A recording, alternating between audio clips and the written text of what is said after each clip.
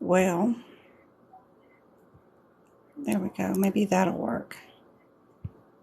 All right. Here we go.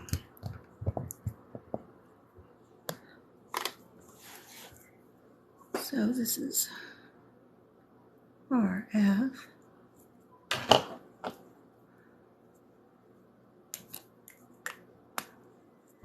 This one is cryo. Cryo.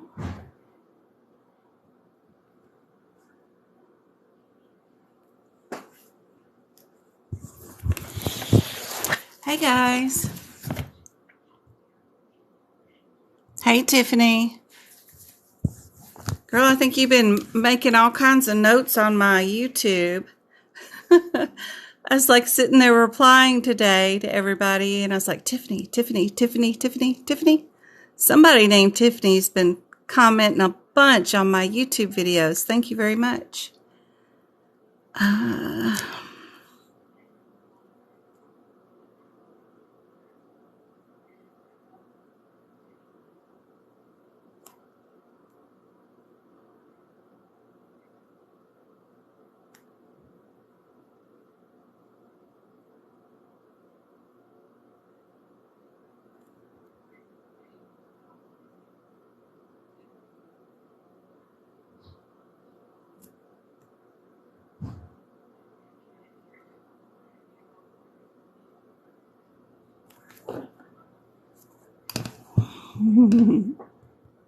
Oh, it was great. It was wonderful.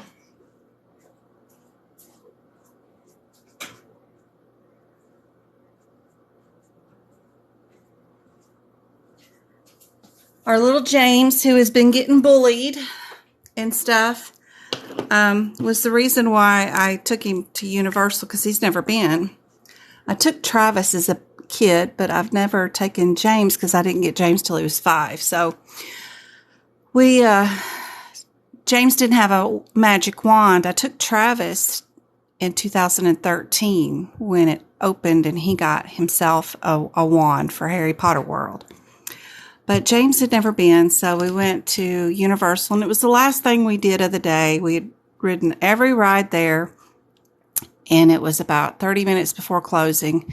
We got into Ollivander's, and the witch picked James to pick out his wand, so he got to participate in the ceremony and make things break in Ollivander's.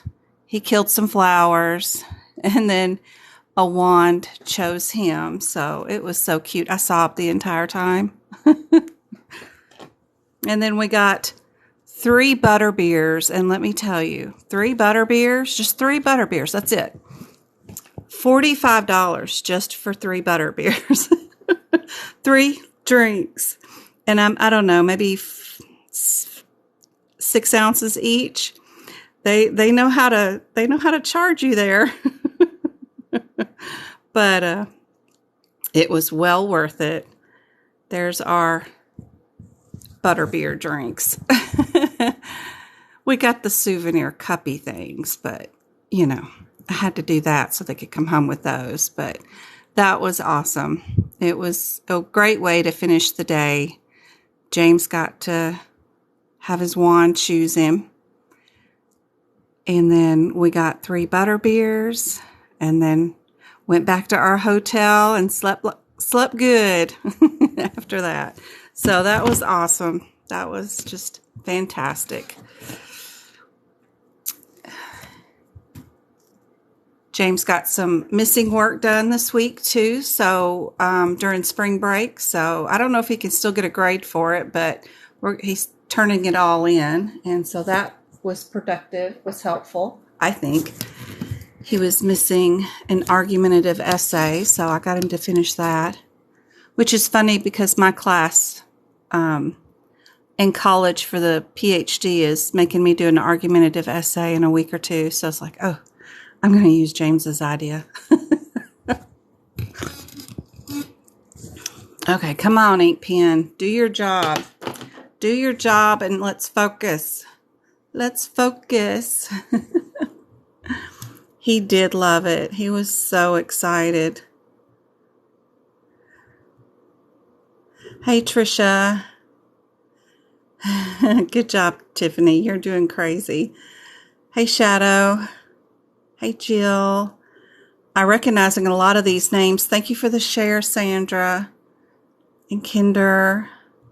I've been entering in everybody's names into the drawing for the free tutoring hour that Shell gave. Hey, Katie.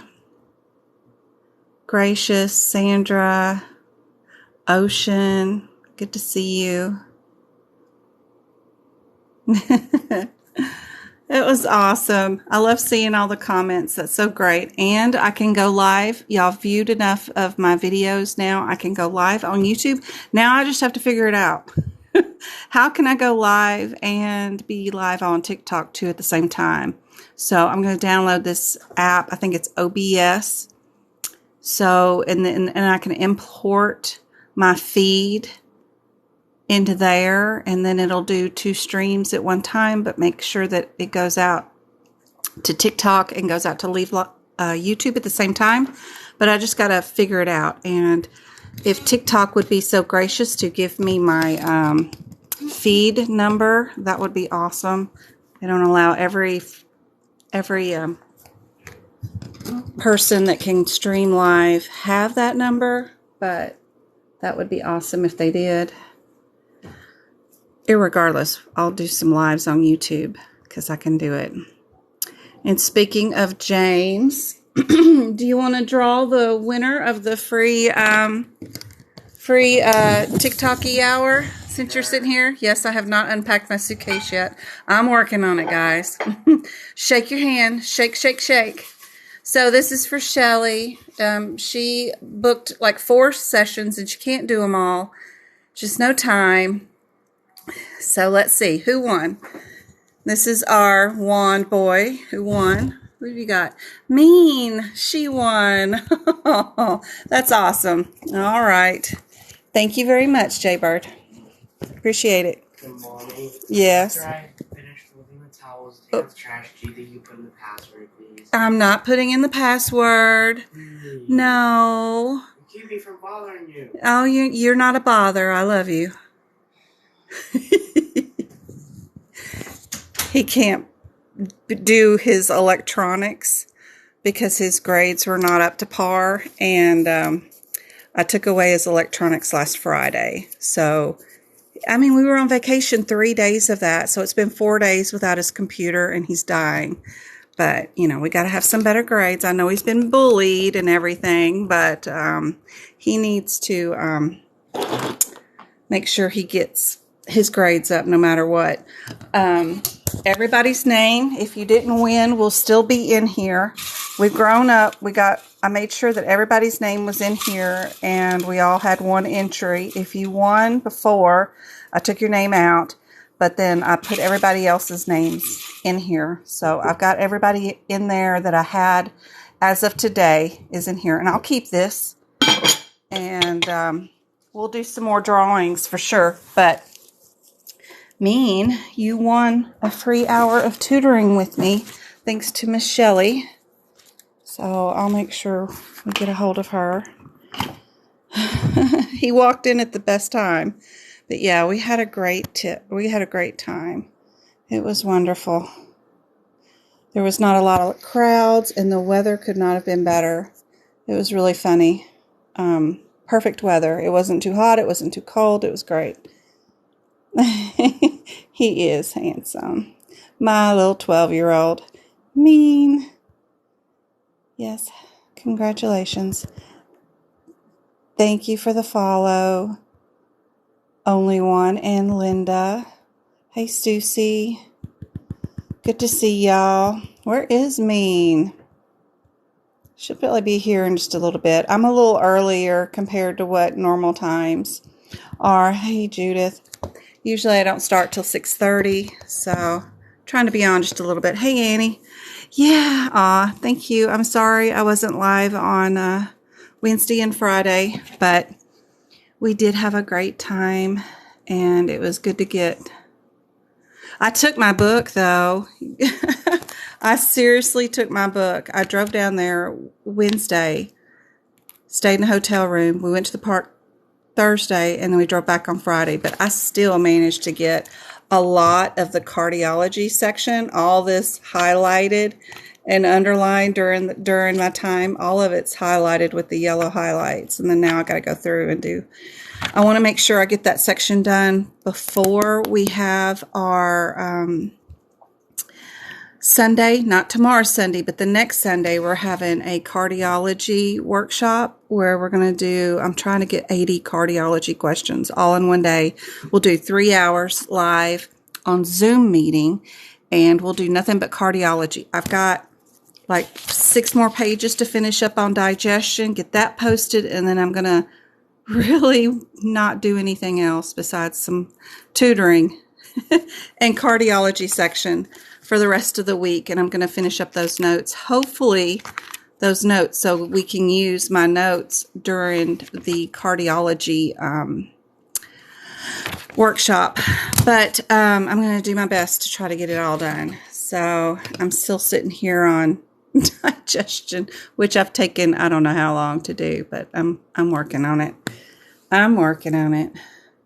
It's been crazy. The kids go back to school on Monday, so that'll be fun.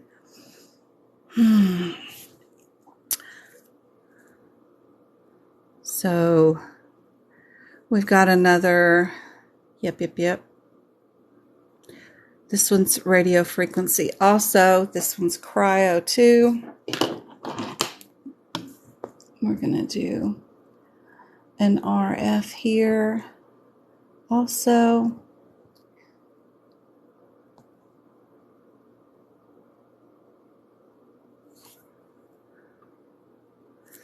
So this one is ablation, but they're using a lap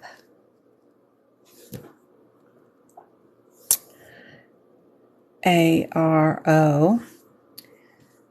This one is ablation too.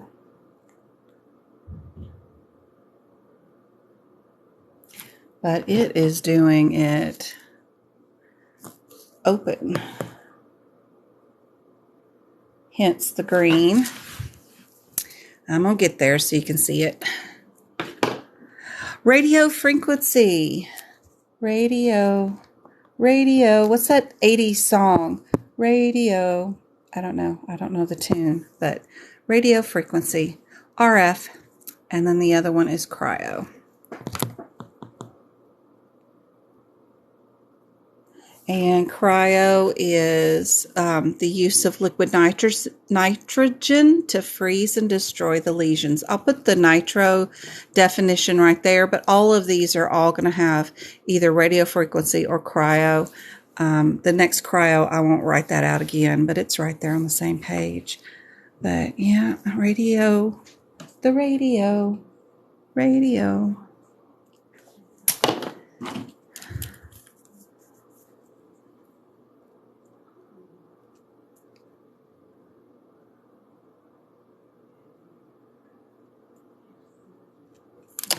So this one is, my camera is too low. This one's per. Can we play the PS5, please? Per cut. What are you going to play? Assassin's Creed. Oh.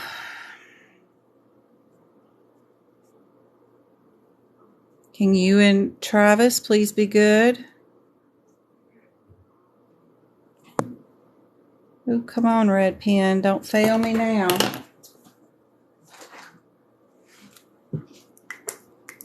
Let's see if we got another one here. Might work. And there we go. This one is cryo.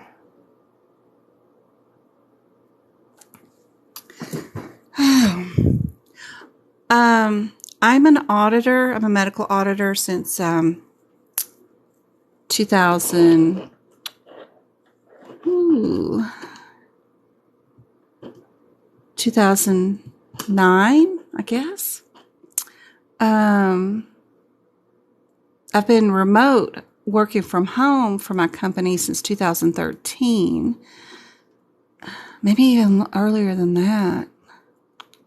I know the 13 is correct, but the 9 might be sooner. Anyway, but I've been working in medicine since 1996.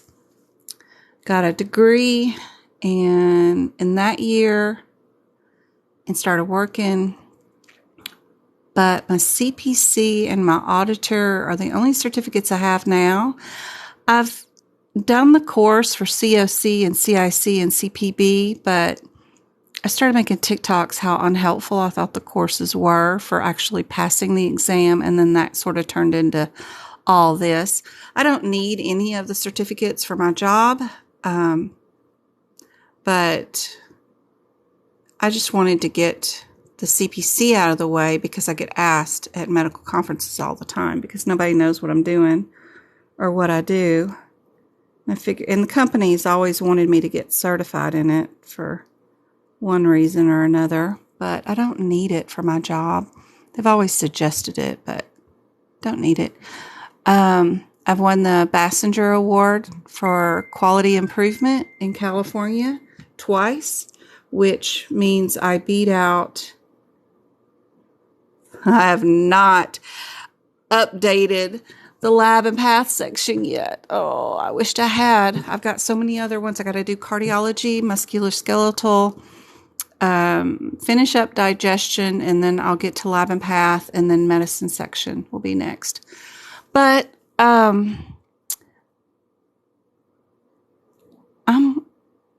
don't need the CPC. I just started a TikTok about how unfortunate I thought the courses were compared to the exam. And this just sort of blew up. But I beat out people like, the Kaiser Permanentes for that award, where they have all these teams of people for quality assurance and stuff. I'm a super user of EHRs and data warehouses, and I help home health agencies who have not been able to pass their annual certification from their organization. There's a lot that goes into that. They have to do a lot of in-service training with their employees. They have to keep a lot of records, and they have to have certain things in place for patients to contact for misuse. They have to have their nursing staff audited. Even those nursing staff's cars have to be audited because they have to have a clean area, a dirty area. There's so much that goes into auditing for home health agencies, but I do contract work for those that failed their auditing and can't keep their accreditation. I help put their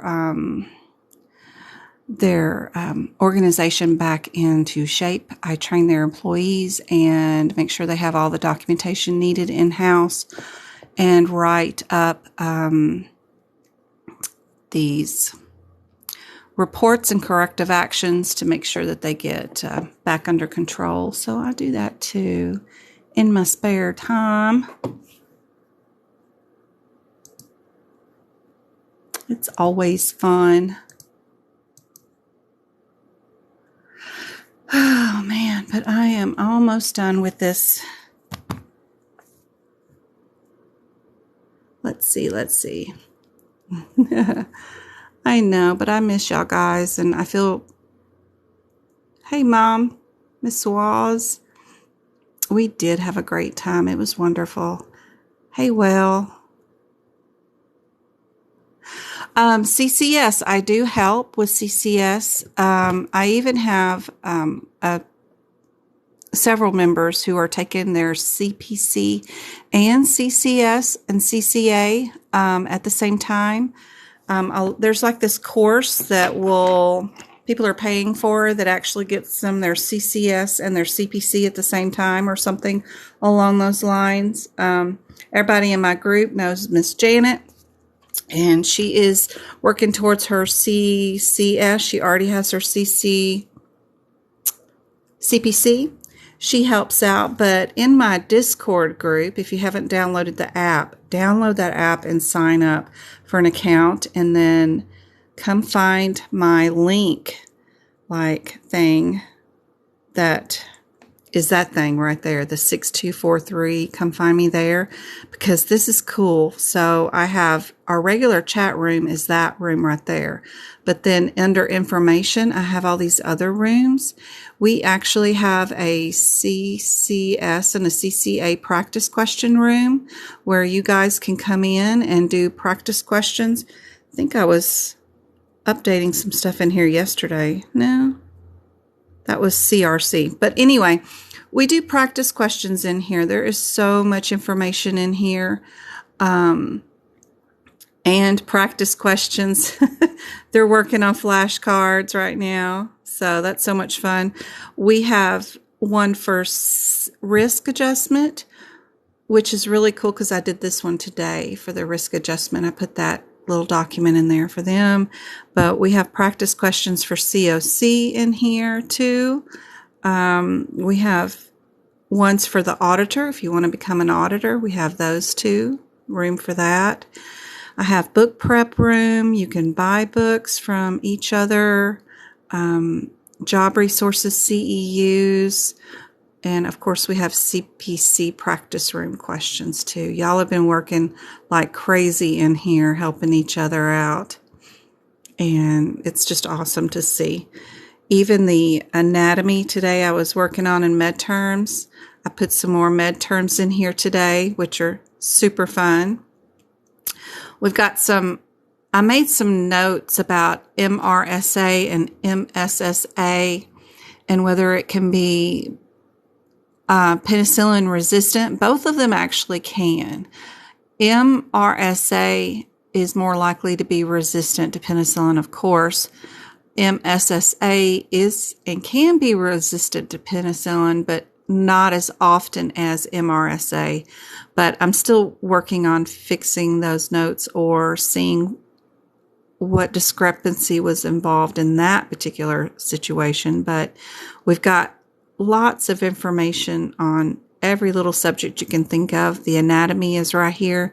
You can see pictures of my notes of the functions. But if you haven't joined the Discord, this is free help. So much help in here. And you'll find out, of course, when I go live and all that good stuff. When the drawings are. There's that MRSA we were talking about today that I was doing. But see, it's like penicillin resistant, MSSA. But I have it in my notes somewhere that MSSA, no penicillin type meds work. And then MRSA, I have penicillin type meds do work. So I have a discrepancy whether that is true or wrong or right. But those are my notes. But I'm trying to figure it out and see what we got going on there. But any kind of questions you've got, no matter whether it's my notes or somebody else's, look at my kids. Those are perfect strangers too. It was funny.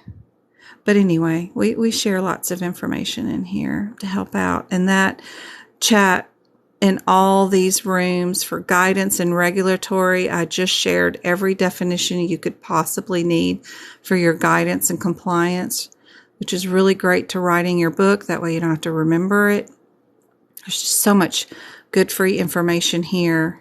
I really recommend you download the Mickey Mouse Britches app. That's what it looks like to me. Some people say it's a game controller, but I thought it looked like Mickey Mouse's britches. But anyway, that app is where we hang all of our stuff.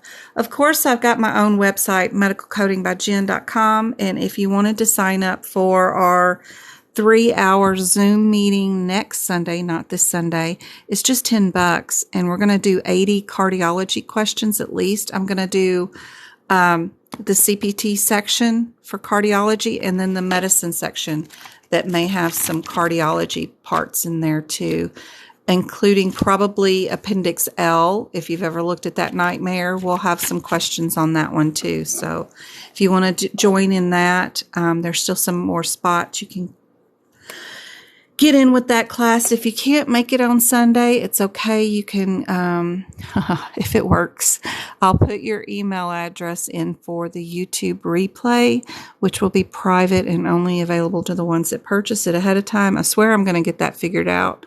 I think we might have a couple of people that are still having issues with the last one I posted, but like I said today, I'm on day March 7th, replying back to everybody's messages since I went on that little mini vacation. So today's the 12th. So if you've messaged me and you haven't replied or haven't replied, I'm working on it. I swear I am. We just got back last night. Did I do a live? No, I did tutoring this morning. Yep, I did 5 hours of tutoring this morning, one-on-one, and then I had to prep for tonight's live, and then I had a 17-hour, no lie, when I got home last night, midterm exam in Anthropology. It took me 17 hours to finish that. It was 16 discussion questions with the 1,000-word essay. If y'all ever wanted to get your PhD, that might turn you off right there, because that was insane. I should have done it before I left, but I had no idea it was going to be that way. But it took me 17 hours. They give you 24 hours to complete the exam, and it took me 17. Yep. But I got that done. So anyway, that was insane. That was crazy. Okay, radio frequency, we got it. Where's Mean? Did she make it here yet? Yep, we're going to study. I got practice questions to do in just a few seconds. What certain do you have? I don't know. Oh, what certificates? Oh, yeah, I talked about that. I have a degree, and I'm going for my PhD in medical auditing. And I've been in the medical field since 1994. But I do have a CPC, but that's the least of my credentials, but my favorite thing so far has been teaching. That has been really fun to help out you guys. Thank you for the shares. That's awesome. Miss Whaler has been, and she's a 73. I'm a 71 date of birth. So she's a remote coder since 2009 with her hospital, and she loves it. She's a CCS. So you're going to go for your CPC and get that done too? Or are you going to do risk and or auditor? That's what I would do. You've been in the medical field for so long coding. You should get your audit license or certificate, and then that way you can really do a lot less work but more income for sure, if that makes any sense. But it is. RHIT and HCSD, those are fine careers, but I don't think bang for your buck. I would rather do CPC, just take the exam, get your certificate, and then have the company that I work for pay for me to get my HRT, and then they pay or reimburse me back for each college hour. That way I don't have to do it on my own or delay my career in waiting to get that certificate. Hey, lady. How can you be an auditor but not be required for a CPC? No, it's not weird at all. I've been in the medical field since 1994, and I ran and I started out, lab, x-ray, then went to OB and delivered babies, and then went to peds, pharmacy, and then I decided to run the clinics. I ran 4 of the clinics I was working for. All those job positions were with one company, one hospital, Tenet Hospital, and then they asked me to run 4 of their clinics. 2 of them were urgent cares, and 2 of them were primary care physicians. I made sure that the doctors were all trained on the EHR. I ordered all the supplies, made sure all the medical assistants were trained, did all the scheduling, payroll, you name it. I took care of it all, front desk to back desk, everything. And I did that for quite a while, long time. And then PQRI came out. Gosh, what year was that? Probably 2005. No one wanted to do PQRI, and that was where they were capturing pharmacy information from claims. And if you could code the category 2 codes in the CPT book, you could get bonus at the end of the year from the health plans for utilizing that section of the CPT book because nobody was using it. No one wanted to learn it, so I offered to do that on top of my other duties, and that ended up getting me out of running the 4 clinics, and they asked me to work in administration, just taking care of the PQRI system, and then the pay for performance system came into play in California. No one wanted to learn how to do that, so I started doing the pay for performance annual audits every year, and I did that for 8 years for that company. And then I switched to my second job I've had during my career for my other California medical group. Their scores were super low, very, very low. I got them all the way up and won the Passenger Award with them twice. And when my father died in 2013, I was able to go remotely from home and work from home, still doing, they don't call it pay for performance anymore, but they call it our Hedis and stars measurements. So now they split them up to where part of your audits are stars. That's for Medicare patients. It's all category 2 codes that need to be coded with regular office visits. And then your Hedis measures are for commercial patients. And I do that still to this day without any certificates and grandfathered in just because I know what I'm doing and been in the healthcare and do have a degree. I mean, I have a degree in working towards my PhD in medical auditing. I don't need certificates to do any HEDIS measures. I'm not billing, I'm not coding. I just analyze the data provided from the group doing their own claims. I just take that data and organize it for their annual audits for the health plans. So I don't need any certificates. That's how that makes sense and how I don't need it. Now, when I go to medical conferences and things, of course, a lot of the new people in the industry, that's all they know is CPC. And me not being a very extroverted person, I am talking to these new people in the industry, and that's all they know is, are you a CPC? Are you, this, that? And I'm like, no. And then I have to explain, just like I'm having to do now, why I don't need it, because I don't do claims. I don't manage claims. I don't change claims. I don't enter in any claims. I don't do anything with it. I do train physicians and staff on proper code use if needed, if they're using things that are inappropriate. And if I see errors in our system where, like, for instance, I found one of our eye providers using the wrong code for diabetic retinopathy exams. They were using the wrong code, so we had to go in and do corrective actions on them and get them to be able to use their correct codes. But I actually don't manipulate or change or do anything with any claims. So that saves me from ever having to be certified. I just have a medical degree, which is great. Now, when COVID hit, we did not have to have any in-person audits at all. So I had a little downtime, and then AAPC was giving out some free courses like the CIC, COC, and CPB. And I opted up to look at those courses, just curious to see what was going on, and thought the courses were very interesting. Anyway, I decided, well, during this downtime, since I don't have to go in for my audits, I'll just go on and get the CPC so that when I ever go back to medical conferences of some sort, and I do run into new people in the industry, if they do ask me that question, are you a CPC? I can just go, yep, and shut that conversation up, and I don't have to explain who I am and what I do. But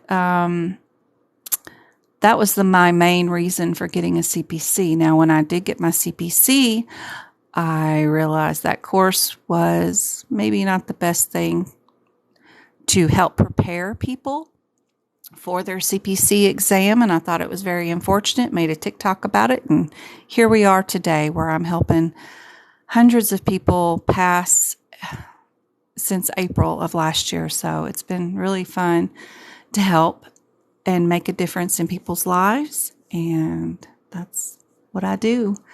And I do have a lot of knowledge about the codes, so I've worked in them for over a decade now, and I know the clinical side of codes too, because I've done pretty much everything. I did a lot of OB and delivery, family practice, internal medicine.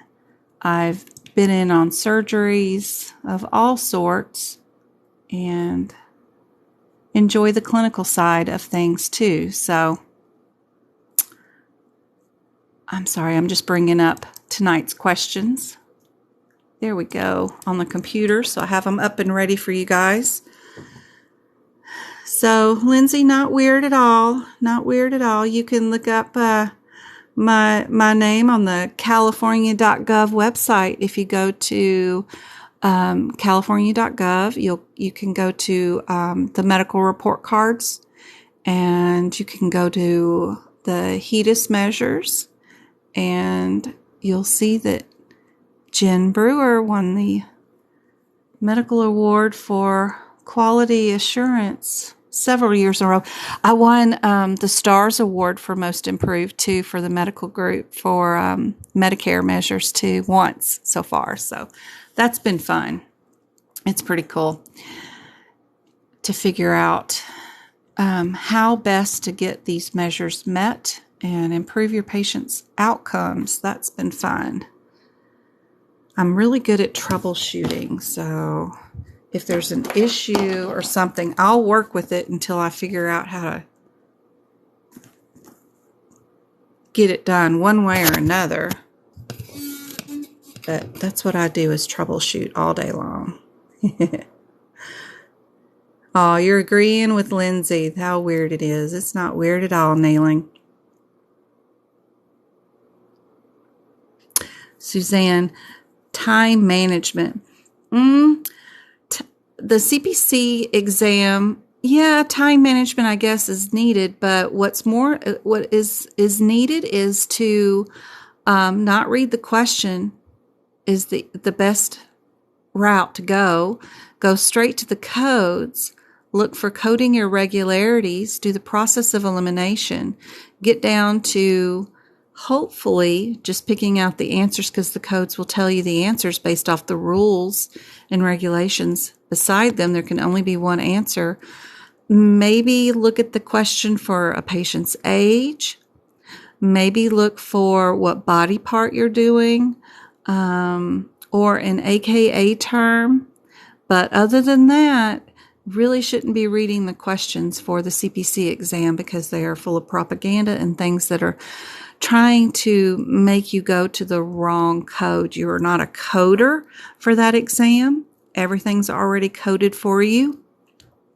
All you need to do is learn how to pick out the correct answer in the fastest, most efficient way possible. And that helps. No more certs for her. She does not want her CPC. Okay. That's very good. She's doing her CCS thing, and she doesn't need any more certs. Okay.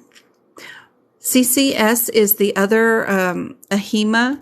There's two national recognized organizations that do medical coding certification for laymen, undegreed or degreed certificates. CCS leans towards trying to get you to get a degree, and then AAPC with the CPC does not. But most employers really want the CPC from AAPC. It's more nationally recognized than the HIMA, even though a HIMA, it leans towards trying to get you to get that degree.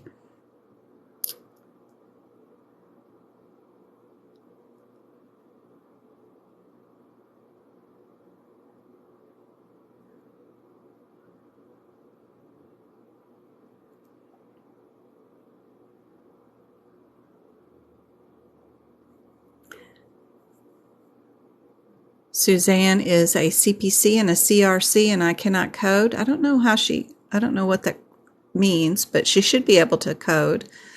She should be able to review medical records, see what the EHR picked out or the physician picked out for their current day diagnoses, make sure that they coded down to the specificity required, make sure that the level of the visit is met by the criteria in your guidelines, and be able to code all you want.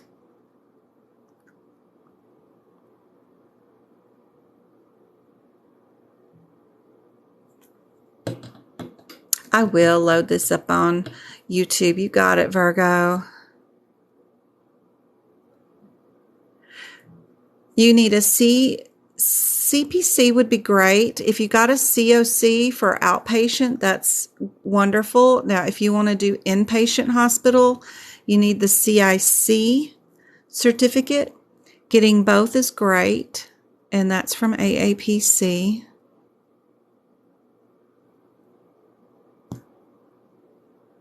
You're excited for the 20th, Tiffany? Me too.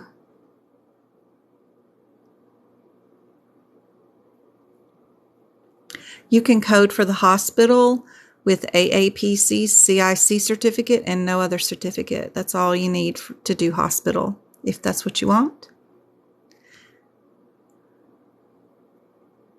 Yep, hospitals will employ people with CPC, train them up how they want them.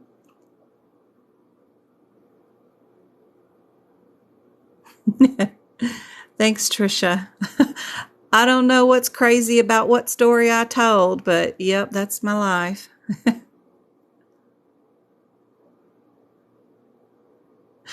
Yeah, mine are always 24 hours, I guess so.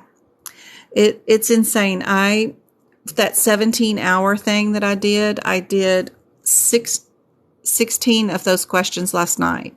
So I did that, and then I went to sleep for 6 hours, got back up and finished that 1,000-word essay in the morning before I did the tutoring with the 2 people this morning. So I slept 6 hours between that course, but I knew it already starts a timer. You can pause it and come back to it later, but you have to finish the exam in the 24-hour period from the start of the timer. So yeah. That was crazy last night. I was like, and they don't give you any hints of what you're fixing to run into. And I started a midterm exam at, 10 o'clock last night. So then I worked till 1. I did 3 hours to do those 15 discussion questions. And then I was dead at 1 o'clock. And then I got up and finished the 1,000-word essay this morning. Whew. Twinkle's not here. I know, Betty. I'm like running around, not even talking all kinds of stuff. What time is it? Yep. Okay, I've already been on for 40 minutes. Hey, Sammy, how's it going?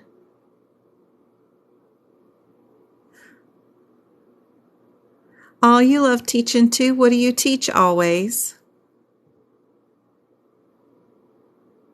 How long do you have to work with CPS before you can do auditing?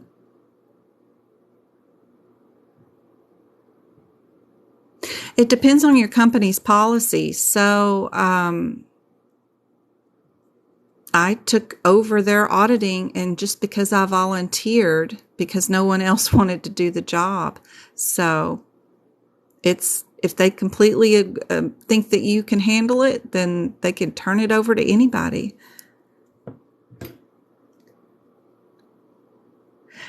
Suzanne, the hospital coders and what they make per year can be found on the AAPC website. They have each certificate listed with a drop-down menu of salary there. They have all that done. It depends on your region, where you live. Like in Cali, you make more than you do if you work in Arizona. It just depends on where you're working, in what region, and how much experience you have, and how good you interview. If you can and plus, if you accept their first offer. I never accept a first offer. Now, I've only worked 3 companies since 1994. Tenet Hospital in Memphis, Tennessee, and then 2 companies in California. That's my whole medical career. But when I did interview for each one of those jobs, I never accepted their first offer. I always countered. I don't know what gives me the right or thought that I could do that. I just didn't like the first offer, and I always countered. So, they're offering you a job. You don't have to accept it. You could ask for more money. You could say, well, I'm not coming out the door. That's what I did my first job in California. Their first offer, I was like, I'm not walking out of the door for less than this. I'll stay home. And those were my crazy words to the lady. And she went back to her administrator and the physician that I interviewed with and was like, she said she won't walk out the door for that. She wants this.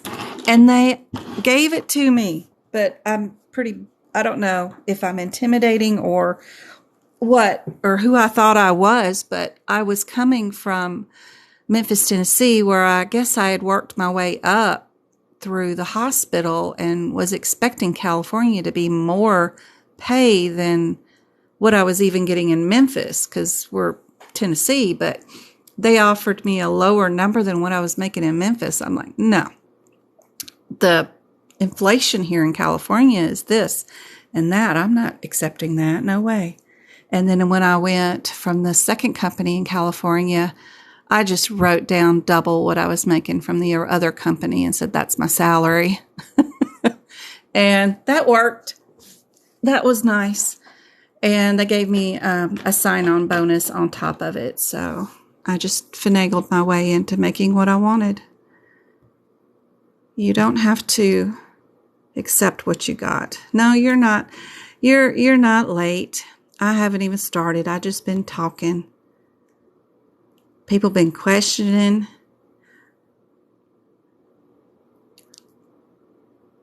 That's great, Suzanne. Your company wants you to be a CPC and a CRC. That's the way that medicine is going. And I completely agree with that you should get 2 certificates from AAPC. And I know y'all are overwhelmed with trying to get the 1 CPC, but I do have all the other areas covered. So if anybody wants to learn risk or auditor, I'm happy to help you out with getting your second certificate too. And I highly, highly recommend getting both, because if you want to put your foot in the door and be able to move up risk, the CRC is the way to go. Companies are wanting to risk manage their populations. They need to know who their sickest patients are and get them under control for sure. And that's what risk helps out. And that exam is only in the ICD-10 book. So that's all you have to do with that one is just that book. It's not 3 different books. So that's awesome. No. I thank you guys for listening to me rattle on all the time. I'm new here. Do you suggest viewers have books as they watch your videos? I do, because if you can find the codes as fast as I can find the codes, that's going to be a lot of your problem. A lot of these codes are out of sequence. They're supposed to be in numerical order like this. And a lot of the problem, don't tab your book because those things just get all up in the way. But a lot of the problem is you are just going to a code and you try to get there and then it's not there. It's out of sequence. Or codes that were out of sequence that got moved into sequence tend to push out the ones that are supposed to be in sequence. So finding the codes is a fourth of your problem. Then you got to learn how to do the process of elimination.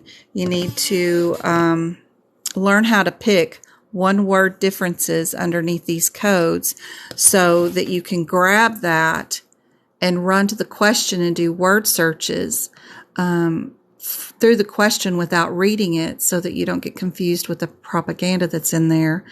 That's another fourth right there. But just finding the codes as I'm rattling them off is is a huge problem. Even in the smallest sections like E&M, which is really a small section compared to, so we don't start coding until we're right here. So that all that red right there is a small section compared to some of the other sections, but we do, most of your exam for CPC is going to be in those little pages right there in the red.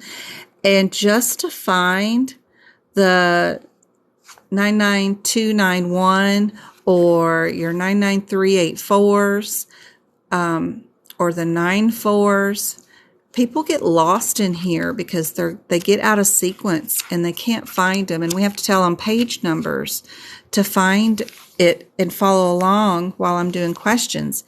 The more practice you have just finding codes, the better off you're going to be, and the better off your pages are just going to, if you know a code and know you've been to it before, it seems to just fly to that page if you've been there before. So the more practice, the better. I really do recommend you have your book open while we do practice questions. Yep. Thanks, Stussy. Thanks for answering her question, Tiff. It's awesome.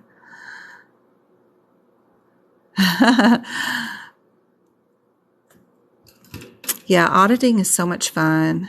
It's less work, too, than coding.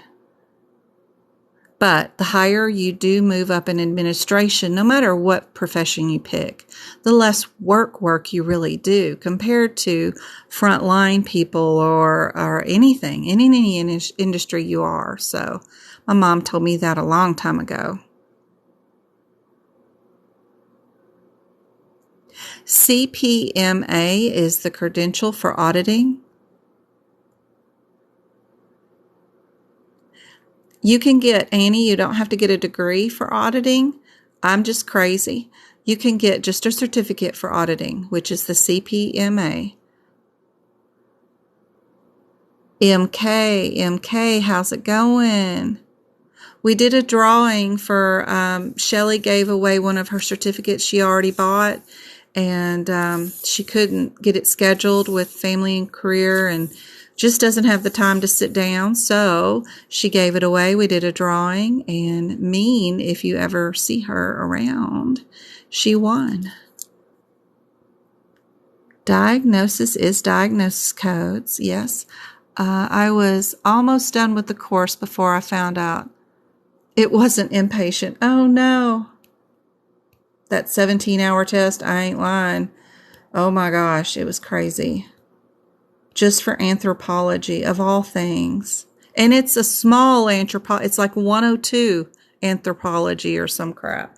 It's not even, it was supposed to be a fluff class, but good God, it's killing my soul. I don't even know if I'm going to pass it. Look, that's the, yeah. There's the part of the essay, just on one of them. That was just one discussion question. It's killing my soul. Killing my soul. Where is our questions for tonight? Wrong way. We're going this way. There we go.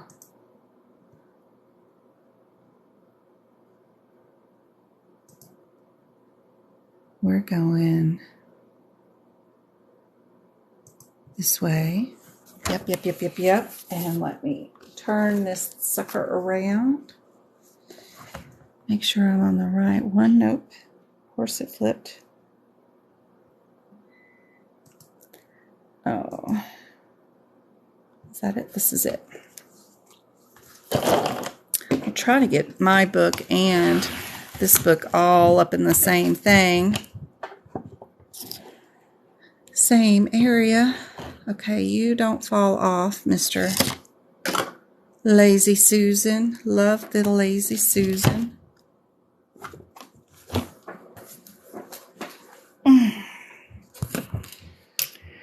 So I got that Lazy Susan thing. It's so cool to hold all the books, but I pulled my book down here, and we are going to go to our page in integumentary, right? With our, what they call those Mo's or Ma's? What do they call that? That microsurgery right there. It has its own set of guidelines that don't have anything to do with integumentary. We don't add anything in this section. That's number one. We don't multiply. We don't add. We keep everything separate. There are just a couple of things that you need to know about the Mohs surgery or Mohs is that the first thing you need to know is which part of the body are you, and that's going to control your 11 and your 13. That's where you start with these two surgeries. What I like to do is if my question is asking me a difference between the 11 and the 13 number, is I go straight to the 13 because it's got less body parts. The 13 is only the trunk, arms, and legs. And then I'll search the question to see if I'm in trunk, arms, or legs. That's easy because the 11 has 10 million body parts, including muscles, cartilage, bones, tendons, nerves, vessels, including having the head, neck, hands, feet. Don't try to read that during your CPC exam. If you're on this page and there is a difference between the 11 and the 13, always go to 13 and think about just the trunk, arms, and legs. Search your question. If it's not in the trunk, arms, and legs, then you absolutely know it's going to be that nightmare down there at 11. So that's all you have to do. First thing you do with Mohs is location. So let's see. I don't have anything here. I should put, let me see. First thing you need to know is locale. Locale is what I mean. Are we 13 or 11? So be sure and go always to the 13 and see. So we're doing one today, but our question happens to be where every answer starts with the 13. So we don't have to worry about that for this particular question because we know that we're going to be in the 13s. But to teach you a little something about Mohs, it doesn't matter if you are in the 13 or in the 11. The second code right here, the 12 that goes with the 11, or the 14 that goes with the 13, those are just stages. So if you go to the body and you cut something off, this is your first stage, is 11 and the 13. We just need to know the body part. If you go back to the body and you cut a second piece off, that's where the 14 and the 12 come in. So if you have two stages, you're going to have two codes. If you have one stage where we only went to the body once, then you'll just have the 11 code. So the second thing you need to know right there is stages. How many stages? And they're going to use that vocabulary word during the exam. It'll have in there. Now, what they might do is separate out what they cut off of those stages, and they're going to cut those stages into little slices to put on microscopes, and those are called blocks.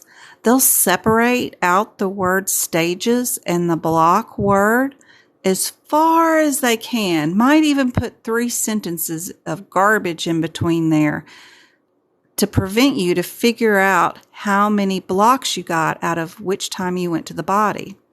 And that's going to be the only difficult part, is figuring out how many blocks. So that's your third part of Mohs, is once we went to the body once or twice, in our particular question, all the answers that are related to this, we are going to know that we had 2 stages. So they're all going to have both codes for the 13 and the 14. The only difference in our question is going to be whether we add the 15 or not. And the only way you need to figure that out is is if any of those stages that we went to the body and we cut a big chunk of somebody off, if we took that chunk, which we call blocks, if any of those blocks were cut into anything bigger than the number 5, then we add the 15. So we don't add. So if they went to the body and cut off 2 chunks, and both those chunks, they cut one chunk up into 3 pieces, and then they cut the other chunk up into 4. Both those numbers are under the number 5 individually, because we keep everything individually. We do not add here. Then we don't add the 15. If we cut one of those blocks into 8 slides or slices, like microscope slides, you know, those little things you put underneath the microscope. If we cut them into 8 pieces, then we did actually use a number that's over the 5, and we add the 15. The 15 is universal between both or all locations, so it doesn't matter. That one can be used with the 11 or the 12, but super handy dandy and easy. Not too bad. If we went to the body only one time on the arm and we cut it up into 6 slices, it would be this code plus our 15. If we went to the arm again and we did 2 stages, it would be this one and this one. And we cut one stage up into 2 slices and one stage up into 5 slices. It would still be just 11 and 12. Now, if we went to the body and cut 2 stages off an arm, and one was 3 slices and one was 7, we would go here, here, and the 15. Yeah, radiology was difficult. Yep, we got to do some more. Got to do some more. You slept hardly 3 hours. Have you ever, looked at these crazy sleep apps that control or tell you how many hours you actually slept? It's insane how much you really don't sleep. Like last night, I got 6 hours, it said, which was great, but 4 hours of it was light sleeping. And I only had an hour and 19 of REM and then 32 minutes of deep sleep. Just a little bitty bit.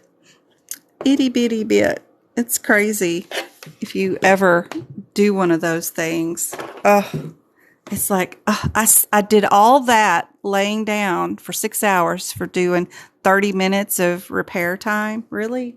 So anyway, here's our answers for our first question. And what I would do is, of course, the process of elimination. So I'm just looking at the first codes. Remember, when you start doing this for the CPC exam, don't look at the second, third, or any modifiers. Just take it one row at a time. Do the first set. We're going to get rid of C simply because those numbers are not the same as all those 3s. Then we're going to look at our second number. And I'm going to ignore the first number this time because that makes this a little bit easier. So what's different? Yep, we already got rid of this one. So now we know we can get rid of this one. So we've got the 2 similars, which are the 2 14s. And then all we have to do, because we've already gotten rid of C and we got rid of D, all we need to know is, do we add the 15 or not? Now up here, obviously, guys, y'all see that the 14 and 14 is double, and we don't do that in this particular area. But if you wanted to learn to see how we know we can add the 15 or not, this is what I mean that we're looking for. We're only going to look for, when we come to this question, is always, where are we at, up or back, Make sure that ties in with our trunk, legs, and arms, and it does. That's our 13. The other thing we're going to look for is number 2 is stages. How many times did we go to the body? We're just looking for the word stage. And they always like to hide them, but there's the first stage, and then there's our second stage. Our first stage, how many pieces did they make out of that first stage? How many blocks? Well, it's 3 sentences up here, so they made 3 tissue blocks. That is not over the number 5, so we don't add 15 for that one. Now, the second stage right there, they cut into 6 tissue blocks, and that is over the number 5, so we do add our 15, and we know D is our answer anyway because we have a coding irregularity here. If you saw this question on the exam with the process of elimination and then looking for a coding irregularity, you could actually answer it without even looking at the question. But I like teaching MAWS every once in a while. I don't do it every time we do one of these questions, but I like explaining it just in case. That's all you have to do is look for which body part am I doing, go find the word stage, look for it as many times as they have, and then look for your word blocks. And if any number's over 5, you're going to add that 15. That's it. Let me check up on these messages because I'm still way behind. I got 34 of them. They should require codes in primary care offices in Florida. Okay. Finally feel better. Took forever to get over the cough. Aw, sorry, Sammy.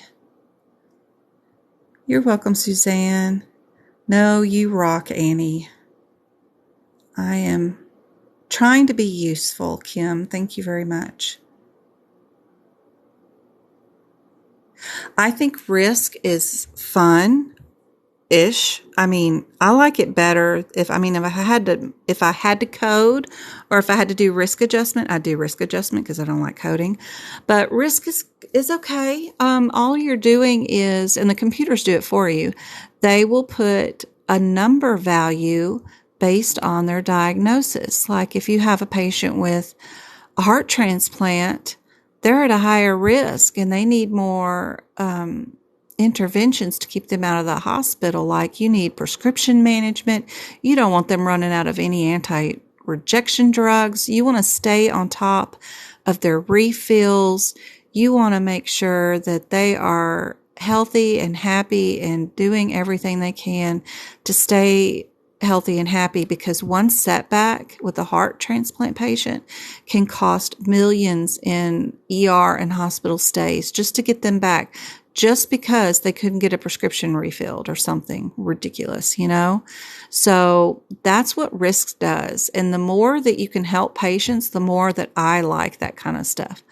Coding, their office visits is okay, but I don't see, like, I can't help anybody that way, you know? That's why I like Hedis measures. What I do is I make sure patients get their pap smears, mammograms, colonoscopies, things that they don't want to do. All my diabetics, they got to make sure they get 4 hemoglobin A1Cs. My blood pressure patients got to get so many blood pressures taken in the office. I do a lot of preventative and giving care, more care than what patients really want to come in and get done, you know. That's what I like doing. It's what I find fun. And then if I can find errors where systems are not capturing data correctly, I like treasure hunts. I like troubleshooting. So that's right up my alley for both those things. So I like helping people and I like being useful. So that's why I like the auditing or HITA side of things. But coding, if you've never been in the medical field and you've been in retail or a stay-at-home mom and your kids are growing and you need to support of a new career, CPC is the way to go. There's no way any of it's going to be replaced by anything. and they're going to need coders forever. And you can see during a pandemic that medicine is not going to go away. No matter what's going on in the world, everybody's going to need to be seen at some point in their life. So it's a great stable career with great benefits.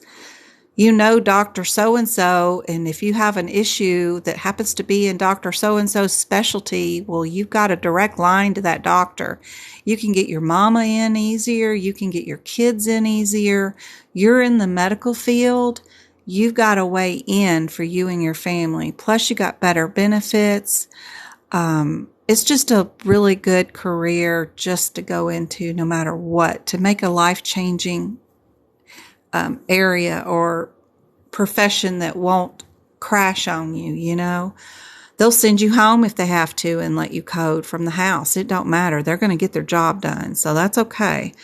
I just think it's the most easy way that I can help change people's lives and get them into a better career so that they can better their family's lives. So that's why I like it, all of this. But if I had to personally had to pick a profession, oh my gosh, I can't say my P's today.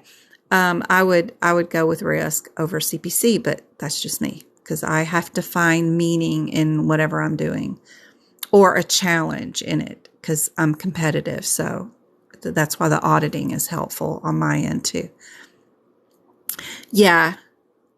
You found that the CRC, Susan, is easier than the CPC test. That's awesome, Susan. Wonderful.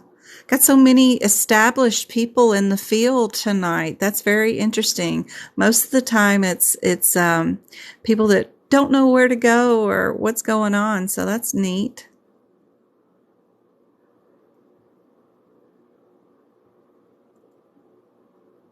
And yet we learn it last. What do you learn last always? Do you recommend purchasing anything else other than the books from AAPC? The study guide, unless you can find one online used from a bookstore, just Google CPC study guide. Even if you find one from like 2019, switch your search from all to shopping, and you can find random like San Francisco bookstores that have a copy in their library somewhere, and they can ship it to you $35 free shipping, and you've got one. It's a lot better deal than buying the one that they have on the site right now. You have to buy your annual membership, which is $190. Then you got to buy the ability to take the exam, which is, I don't know how much nowadays, like $400 for 2 tries. And that's enough money, really. That's enough. Don't spend no more than that. Come see me with all my free stuff. I do everything. I can do everything for free. Teach you how to prep your book. Teach you how to attack these questions without reading them. And that should be your focus, is learning how to attack these questions and do the ones that I present. And that will get you to pass the CPC exam. You don't need anything else. But the study guide is helpful because it's got a lot of definitions in it. Not that you need to learn and record and transfer everything from that study guide into your CPT book. It's too much information. But I like the abbreviations list. I like the definitions. I like the names of the laws and legislation that they might ask, but these are just random small questions. Now that the quiz or the exam is 100 questions only, and they're more focused on E&M, you really don't need anything else than your CPT book, your ICD-10, and your HIPICS, and then go pay for your certification and your annual membership. That's it.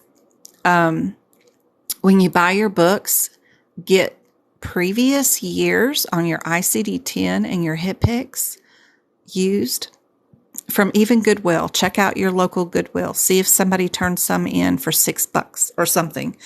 But if you're going to buy anything, just buy current year CPT book. that's it. That's the only thing I would recommend you invest in is that one. Even if you get prior year for this year, it's fine. But that CPT book is your bread and butter and how you pass. So that and your annual membership, and then to be able to pay to take your exam, that's all you need. It's really all you need. Where did you say we could print those codes and cut them up? Did I say that? Where did you say we could print those codes and cut them up? I have no idea. CMPA auditing, yes. Do you recommend purchasing any other books at AAPC? Nope. CPMA for auditing, yep. AAPC has 3 practice tests that you can purchase. What I made on them is what I made on the real test. Good job, Susan. And which books do you purchase? Like your CPT book is the only one that matters. You have to make sure you get it from either AMA or from AAPC, either one. Now, AAPC and AMA also have a grant program now for books, and they do drawings once a month. You can submit for a grant to get free books. And I would submit it monthly until you won. If you wanted to, you can do that now. So that's pretty awesome. But this book is the only one that really matters. You have to make sure you really do get the AMA version. And I get it from AAPC each year. Hey, Dirty Red, how's it going? I know I got emails and stuff from you, but hopefully I'll get to everybody's questions. I'm on March 7th questions today. I did get your name entered in on the drawing tonight, and James did do the drawing, and he picked out mean today. And I got everybody else, including your name, in the drawing for the next time we do one. It's good to see you, Dirty Red, by the way.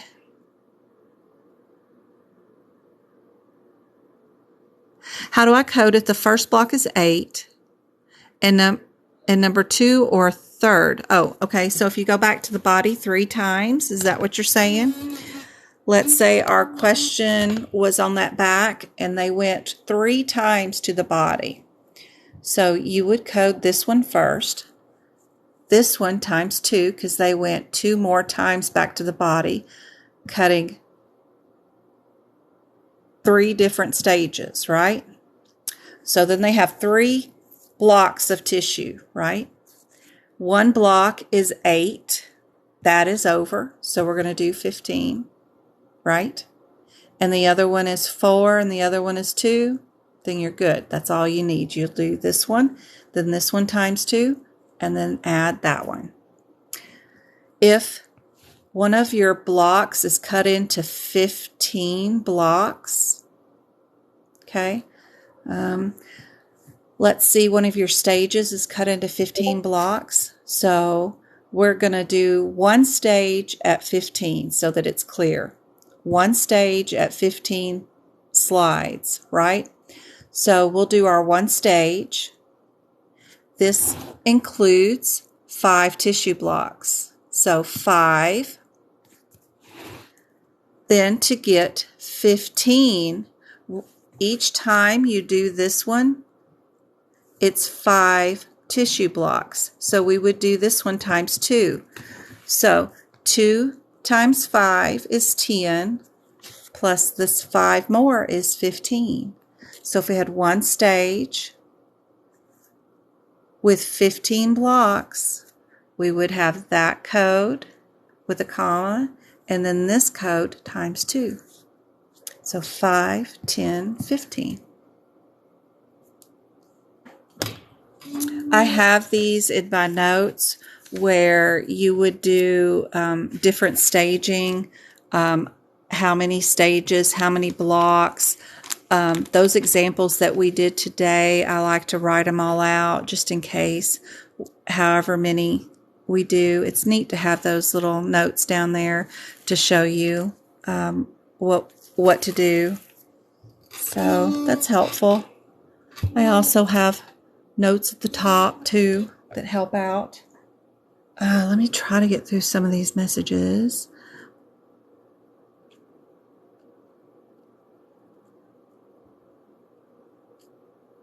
Get rid of C, get rid of B. 6 blocks D.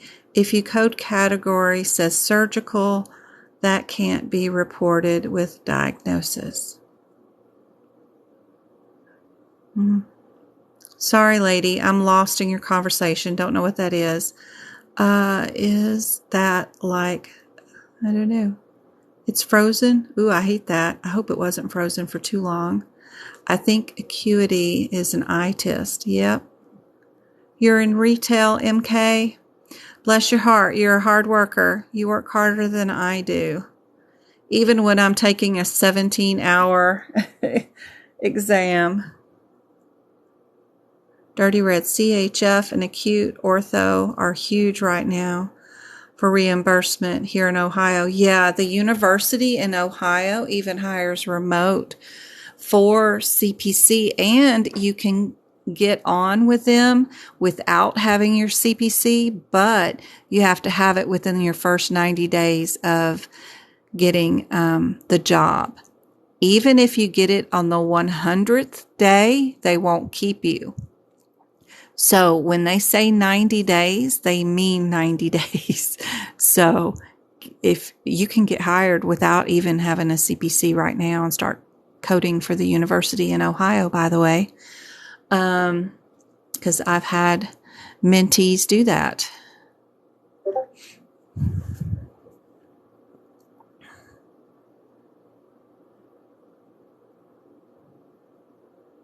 You've been at 6 years. Bless your heart.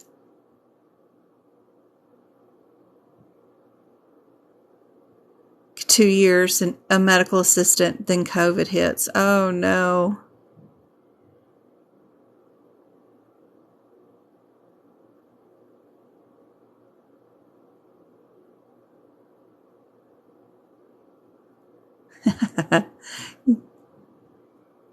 I'm 1 hour in and 26 minutes with one question done.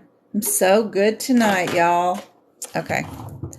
Where are we going next? We're going to the 1900s, somewhere around in that area. Where am I at now? 1700s. All right.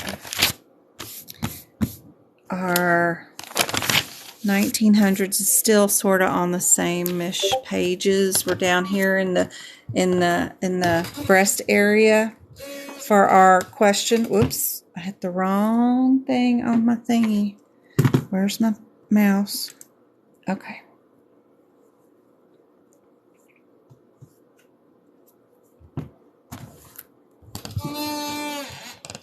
My creaky crane. So let me get this up here so y'all aren't reading too much into the question, because I know y'all will be running to the question. Go straight to your answers first. What would you get rid of? Process of elimination. That's how I would attack this question first. Only look at the first code. Don't look at the diagnosis codes yet, please.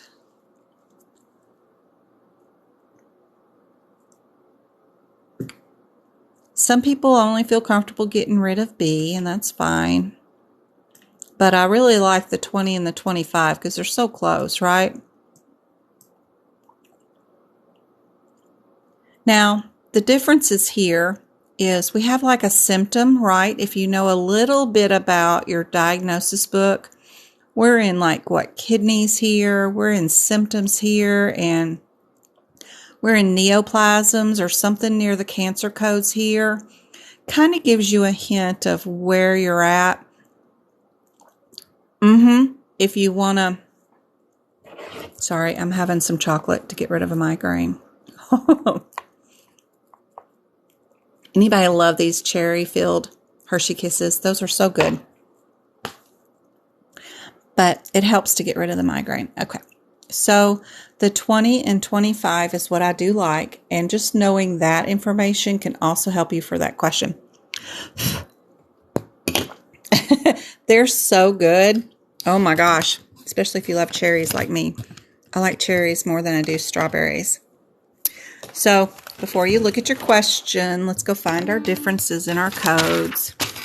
So 20 and 25, where are we at? 19, 1, 25. Here we are. I got notes written down. We're doing excision of the breast. And what is the other one? 20. So even if you don't have any notes, what you should do is go, and this is a perfect example of what they're going to have on the CPC exam. They both start with the same words, excision, excision, of, breast lesion or cyst. This looks like fibro, and it's got an OMA at the end, like they're already diagnosed with a cancer or something. So I noticed that right off the bat. And this one is different because it's just a radiological marker for like a pre-op. They're putting in a marker.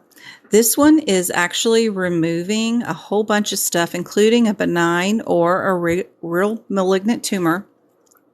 But it's also removing the ducts, the areola, all kinds of parts here that could be associated with this. It's just a whole lot of stuff that could be going on, or we're doing markers. So my one-word differences would definitely be tied to those markers or what we're removing. So I would look through my exam looking to see if we're doing a marker or if we're doing a whole lot of excisions in removing a lot of stuff from that breast tissue is all I would be searching for. And usually just skimming from the bottom up, I can usually find out what we did. Permanent. What's permanent?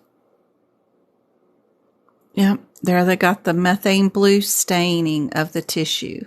And all that means is that they are doing a marker. So it's just for pre-op. Yep, they're both open procedures because they are excisions in the breast.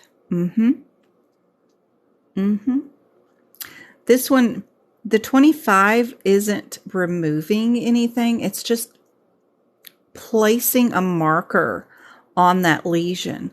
But the 20 is actually removing the lesion or more stuff altogether, including the tissue, the ducts, the areola, all kinds of stuff. It could be removing a whole bunch of stuff.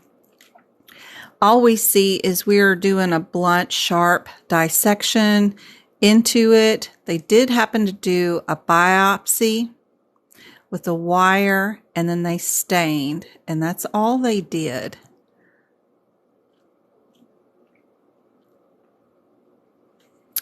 And you can see here that they don't have a diagnosis, and I believe somewhere it says, yep, they're doing a biopsy just to rule out.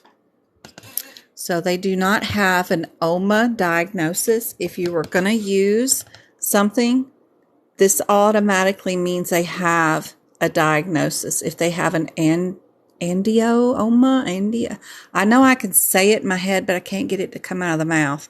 But angioma, that's not angioma. No, I'm saying it wrong.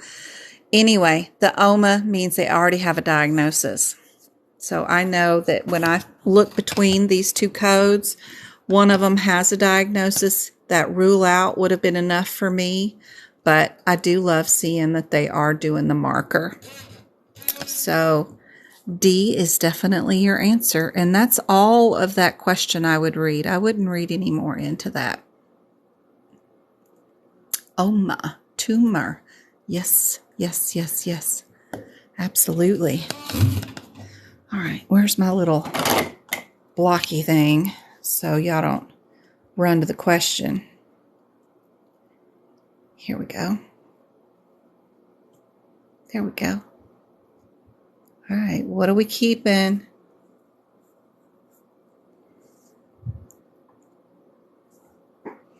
I guess we'll just keep B, C, and D, right? They're all the same code. We'll get rid of that A. And then the other thing that I see is that the 50 is in 2, and then we have a 51 in another one. So I would get rid of D for the process of elimination. And the only difference they want to know is if you understand whether this code can have radiology added to it or not. That's all they're wanting to observe. And you never, ever, ever, ever, ever run to that code to figure it out. Because if you do, you're going to pick it and it's going to be wrong to figure out if you need or want to add a code to an existing code as a secondary code. You have to go to this code to figure it out. So if we go to 27096, always start there first. 27096, is that what I said? So you got to be trying to race Jen to the code and see if you can beat me when I pick up my book. And that's really good practice, trying to get to the codes.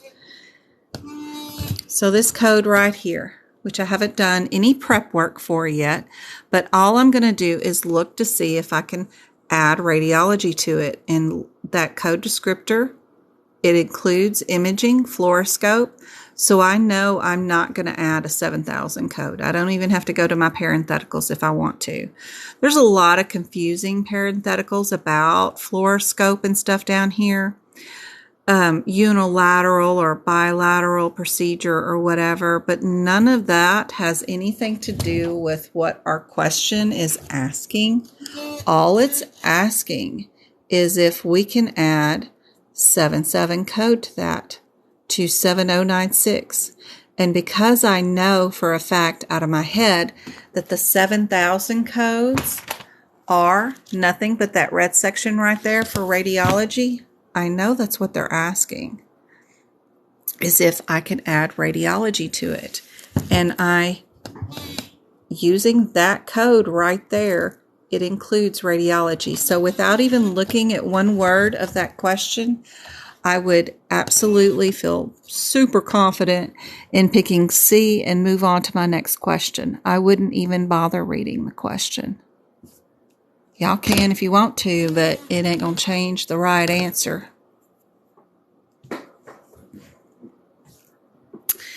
You have to go with the answers that are provided for you. You can't change the scenario and make it any different about modifiers or no modifiers. That hasn't got anything to do with the question or what they're asking, but all they want to know is, could you add radiology to that code or not? And I wouldn't even bother worrying about them modifiers or not. And I wouldn't worry about the parentheticals down here because they have nothing to do with the 77012 code. That's not listed down there, so I wouldn't bother. Parentheticals down here because they have nothing to do with the 77012 code. That's not listed down there, so I wouldn't bother worrying about it.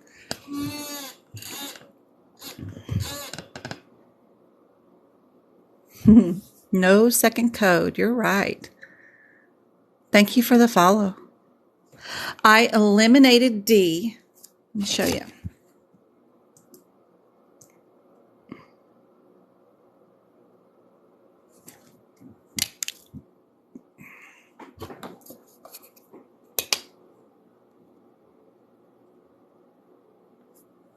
So step 1, I eliminate A because it's different than the other ones, right? Now, what I do is I'm not looking at the first code. I'm only looking at the modifiers because that's the next thing that comes up on those two right there. And those two are similar. If I was to continue my pattern of looking for similarities, I would look for the modifier, which this modifier is 51. It's not the same as the 250s. So that's how D got eliminated. Just looking for simple similarities, one step at a time. And because that's a 51, I automatically get rid of it. Because I know AAPC's pattern of asking questions. They actually want to know if I know that that CPT code description right there includes radiology or not. Or can they confuse me and ask me and pretend that that is something I would add in. And that's what they're doing in that question. They're pretending to add fluoroscope to this patient like it's some big deal, when it's already included in the CPT code descriptor. AAPC is only asking the questions, not for you to code, but to see if you know how to use the parts of the CPT book that are provided for you. Certain, like the parentheticals, have their own purpose, and they're going to quiz you on the parentheticals. They're also going to quiz you on whether you know whether radiology or interpretation and supervision, things like that, are included in these CPT codes. Sometimes it's stated here, and sometimes it's not stated here. Sometimes to find out if a code includes radiology or supervision, it's not listed there, but it's in the guidelines right before you code it, which would be several pages away. That's why in my notes I move that information from the guidelines to the codes. A lot of those are in the coding tips or other areas of the book. But just auditing their questions over and over and over again, I know exactly what to look for and why they would be asking about the difference. Right here is whether we can add that 7-7 or not. I hope that's helpful anyway. At first, yeah, absolutely. I think so. If you're not getting any word matches in your question, then you don't match it, and you have to go back to the ones you will eliminate. I have a question in here coming up where the process of elimination takes you to the wrong answer, and then you have to go back to the ones that you eliminated. So that's coming up. I'll show you how you work that. But 99% of the questions are going to be just like this. You're going to have one, maybe two, in the whole 100 question exam where process of elimination takes you to the wrong answer. Now, can you do process of elimination with every question like this to get rid of two answers? Not always. Sometimes it is a difference between two codes. You have to go look up one code and another code because they have two that are similar and then two more that are similar. And then you got to look up those two codes to eliminate two codes. Anyway, watch me. You'll see all the different ways. It's most definitely worth learning the process of elimination. It will save you bukus of time so that you can spend more time for your cases at the end of your exam that will be coming up too. All right. Another musculoskeletal one. So if we were doing the process of elimination, these are all twos, those are all twos. Then we've got the threes here and this lonely 5 here, right? So we can get rid of the 5 because he's different than all the 3s. Then we come around here and we've got 2 and then the 2 1s, right? So this one's different than the other ones. So I would get rid of that one.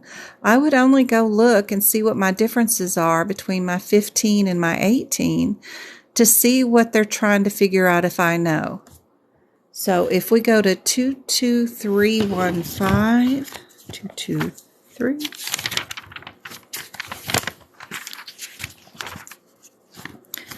Y'all trying to beat me? I'm trying to do it with the phone over the top of me.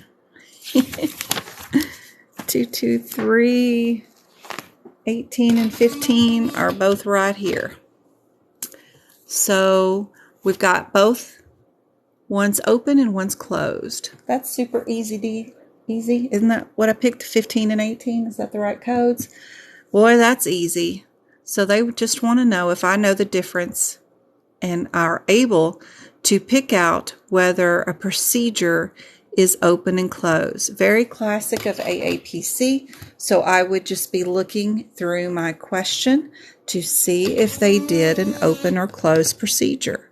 So I'm only looking for those particular words. And there you go. Through this whole question, I mean, it goes on for days, but all I needed to do was figure out if I'm open or closed. And I would pick the one that says open, which is the 18, and move on to my next question. Is exactly how I would do that question. Yep. And I wouldn't read none of that mess. Yep. Perfect. Here's your next one. For the process of elimination, we got a lot of 3s, and then we got 7s, right?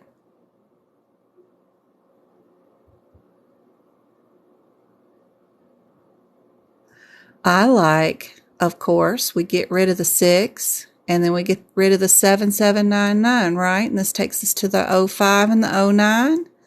We go see what our differences are. 37605.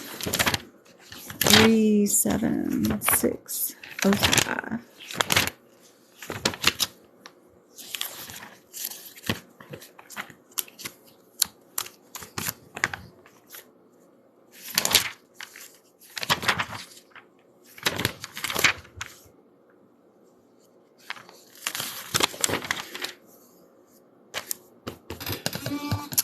So these are under ligation. Oh.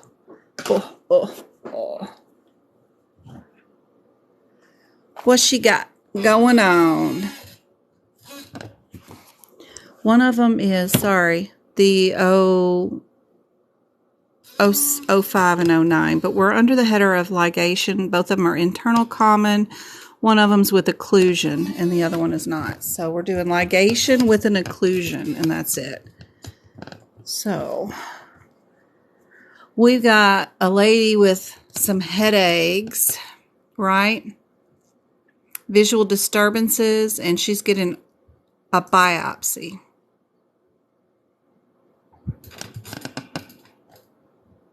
Is a ligation a biopsy?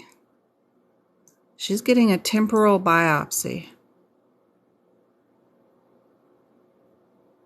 Of course, they don't mention anything about an occlusion or whatever, but yeah. But is a ligation a biopsy, guys? What's a ligation? I use the headers, y'all know that, right? To make sure that I'm in the right section. Every time I'm looking up CPT codes, I'm not just looking at the code description. I'm looking at the header. What's a ligation? They're tying it up, tying the tubes. Is that what a biopsy is? Does anything in here say they're doing a biopsy? You know, sometimes they can. Down here, the 09, 67609 of the temporal artery says biopsy. Way down here, right? But these up here, the 7609 and the 05, definitely that 05 doesn't say anything about no biopsy. But the 09 does.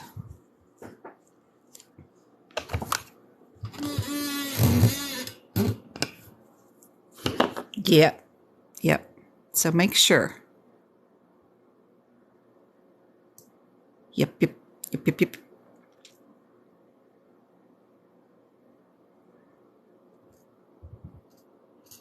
That's the only difference between those. One with and one without. Not bad at all.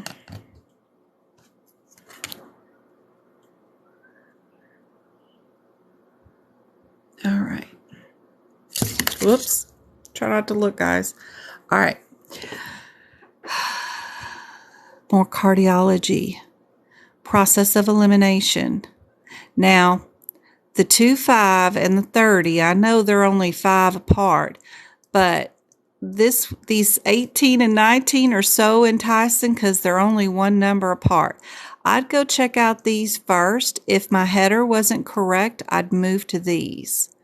Let's go see what 36818 is. 36 what? 368. So we're backwards. 368.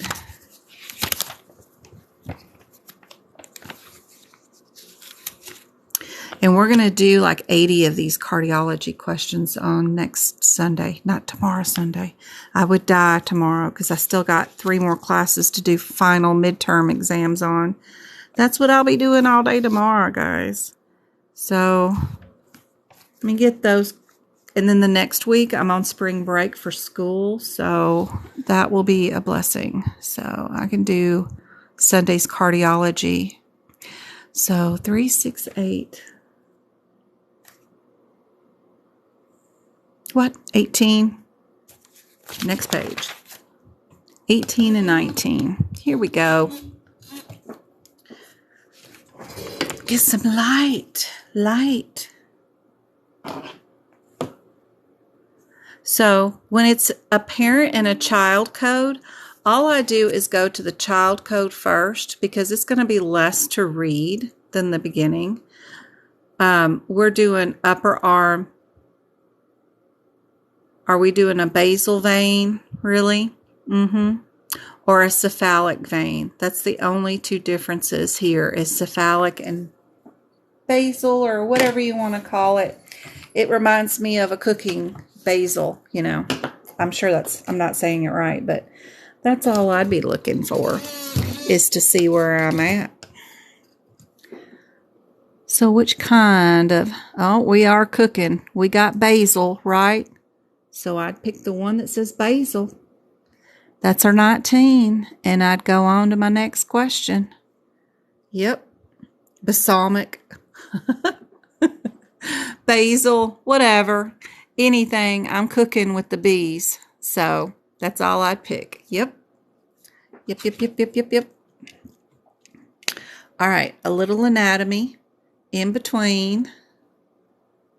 Most of y'all might know this, but for the process elimination still works here. So if I was doing this and I had no idea what in the heck I was doing, just start one letter at a time. So look for similarities, right? We've got 2 that start with P. There might be a reason. Sometimes it's the way they end with all the cyst. So irregardless, I could start out with eliminating, if I knew nothing at all, the B, right? Because the rest are the C's, the cyst. Then I'd keep the 2 that started with the P, and I'd get rid of that one. So then I only need to know, is it tubal or idle, right? So I'd look down here at my question, see what's going on. I got a female with pelvic pain, and I don't know what in the heck the difference is, but I know we can do a tubal ligation with females, right? So maybe it could be the C for tubal ligation, maybe. That's how I would attack it if I didn't know anything. But yep, C is the right answer. Yep. One more anatomy. So we've got this stuff going on and everything's starting and ending with different mess. No idea. We've got woman, teenager, newborn, and man. They did that specifically. They don't want you doing any process of elimination. So we know it's a human, right? And if you know anything about meconium staining, it does have to do with delivery.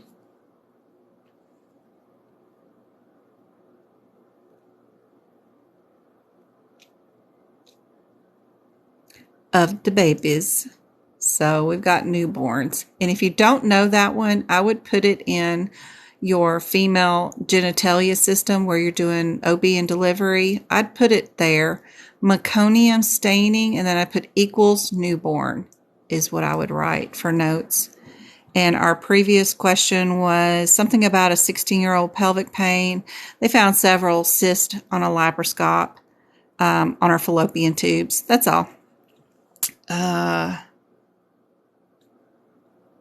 we did that one with the newborn pneumonia. And here we go for this one. Process of elimination. Same sort of thing. We've got all 4, 5, 3s, right? And then you'll start seeing some differences. Right? I got 3,500 likes. Thank y'all so much. And 10 shares. That's more shares than I've ever had. That's cool. Look at my cat. She's down here making butter. I'm sorry, I got distracted by her because she hit in my toe. Where are you at, Chloe? She hit my toe. She's so cute. That's my Clo. She's down here at my feet. Okay. No more distractions. Let's get done with some questions. Process of elimination. I'd probably get rid of, the 15 is just so far away, right? And we get rid of the 84, right? And just keep the 46 and the 33. Let's go see our 33 first. So 4, 5, 3. 4, 5, 3.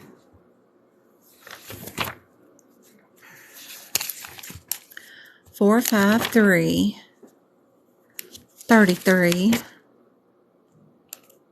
Lots of 3s in that one.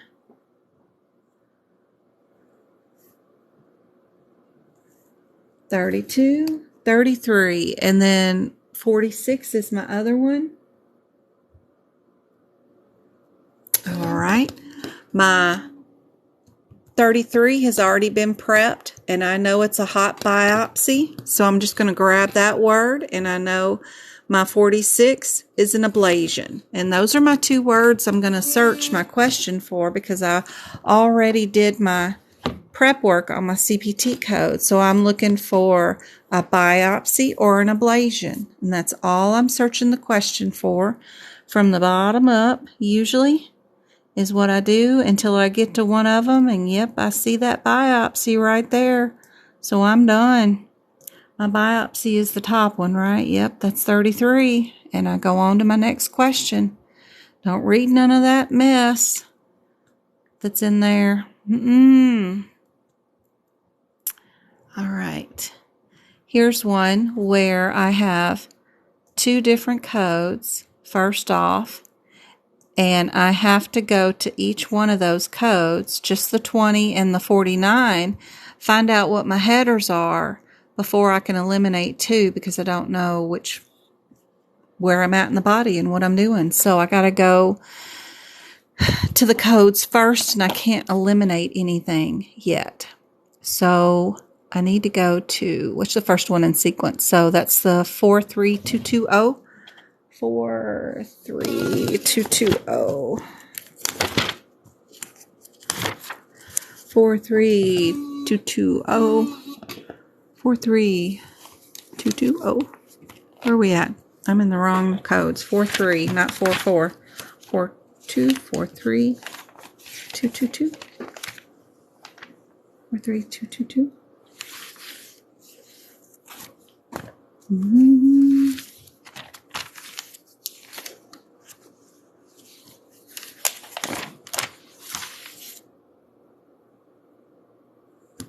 Right there, my header is nowhere near this page, but it is over here a few pages back, and I'm under endoscopy. And if I go to my 43249, my header is the EGD thing. So I need to see if I'm doing EGD or an endoscopy. So I'll check out my question real quick just to see, and I'm doing the EGD. So I know I'm getting rid of the baby numbers because that's just a scopy, and I'm doing the big EEG. Then I need to know whether I need to add a secondary code to it. And where do you find that information?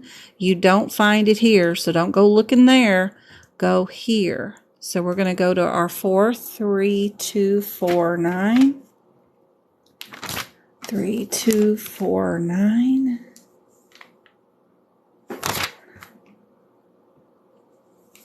4949. And it's over here, and I'm going to check my do nots for that secondary code, which is the one that ends in 35. And oops, right there. It's 43235. Do not add with that code. Since it's listed there, I know my answer is going to be that code all by itself, and I wouldn't go any further, and I wouldn't read nothing else in that question. Ain't no need in none of that. Modifier. When you see these modifiers, some of them are not in the CPT book, and you have to go to, sorry, I'm hitting things. Let me get back to that question. You have to go, why are you up? You go away. I went all the way to the bottom. I had lots of questions prepared. Here we go. Some of them aren't in the CPT book, and I really like having them all here, especially in that front cover. So when I run into questions like these that pick a code that is not in the CPT book, I'll write it in. So this one's just asking about the ABN form. For which one do you add to say you're doing ABN? You know it's going to be a G, right? And for process of elimination, what I would do, since they all start with a G, but if I knew nothing else, I would keep just the B and the A, because those are very close to each other in the alphabet. That's all I would do. And then I go look up the differences. We know that GA is the correct answer once you get there. But since it's not on our little cheat sheet in the front of the CPT book, what I would do is go right there and write the GA equals ABN so that you can keep it there.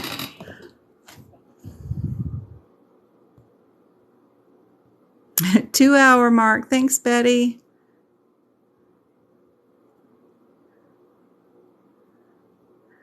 Bye, Tiffany. I see you later. You don't like those. Aw. I'm sorry. The other modifiers can be found in the HitPix book, and it's not prevalent to picking out this particular question and figuring out what the answer is, but there is a blue million in that HitPick book. There's from AA all the way to Timbuktu, QZs, or every abbreviation known to man, and even some of them with like G8, G9. They combine all kinds of numbers and letters.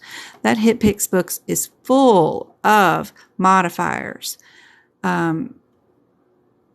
Review that thing one of these days if you ever wanted to, but I only pay attention to the ones that might be on the CPC exam just to help you guys out.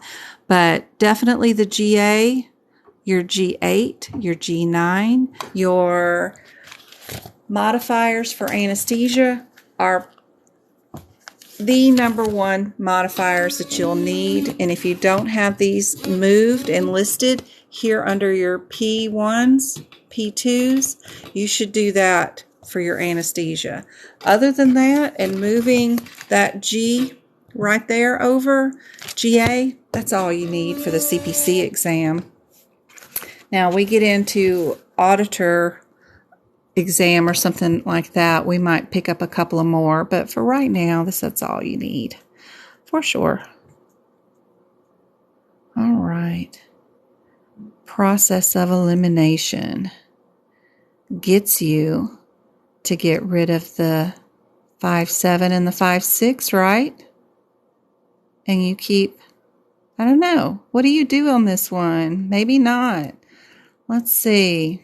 What are we doing? We've got, I like the 2 8s, but then you separate them out and you've got the 6 and the 7, right? But then I like the 60 and the 40, but then again, I like the 41 and the 40 and then the 60 and the 61, but then their fronts have nothing to do with each other.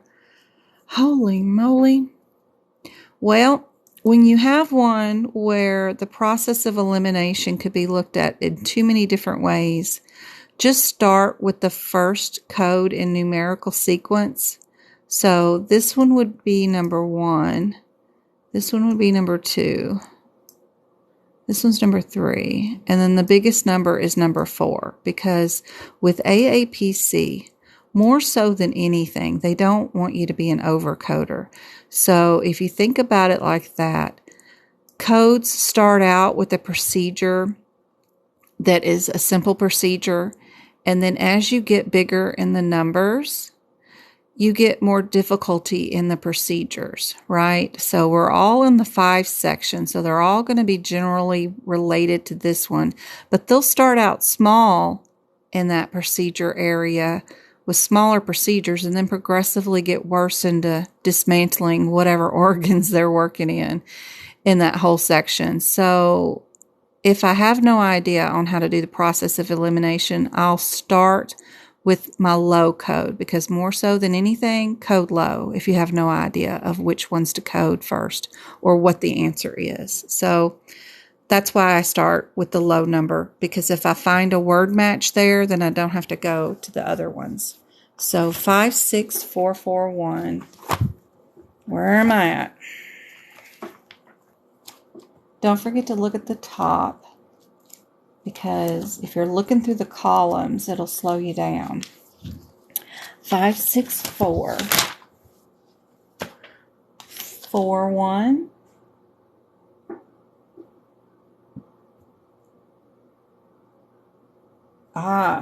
We're doing an incision, right? Oh, come on. Look for Mama. Where's my pen? I know you like blue, but how about green? Does green work for you? No, you only like blue? Good Lord. Such a picky camera. Such a picky camera.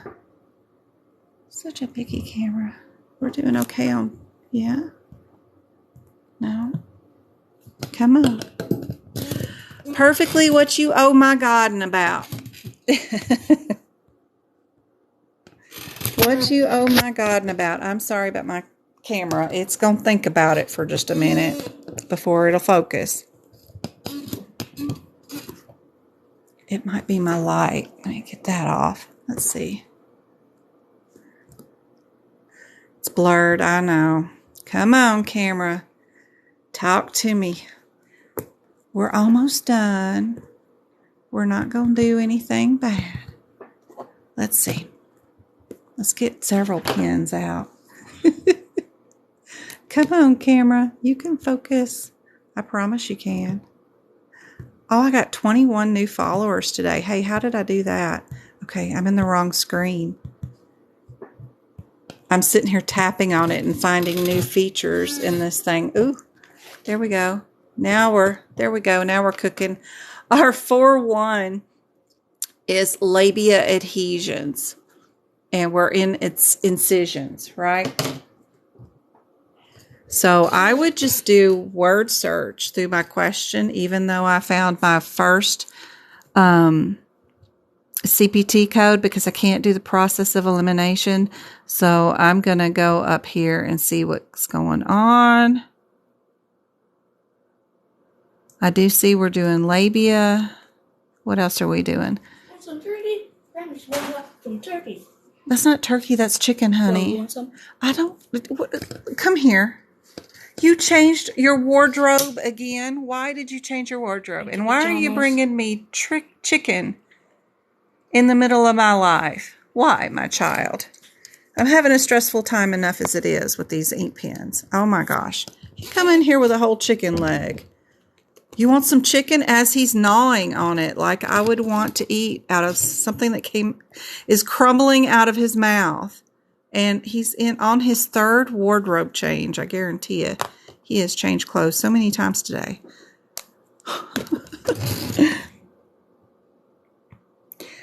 You're getting lots of recommendations on Facebook and CPC book. Oh, that is so awesome. I haven't been on in that group like all week, so I don't know what's being said. That is so cool. Oh my gosh. Come on, camera. Usually it really loves the ink pen idea where it focuses good on that. Of course, I'm showing the answer, but here we go. We got labia adhesions.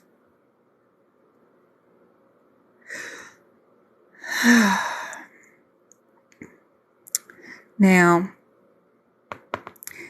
if you can't tell, this 570, if we go over to 570,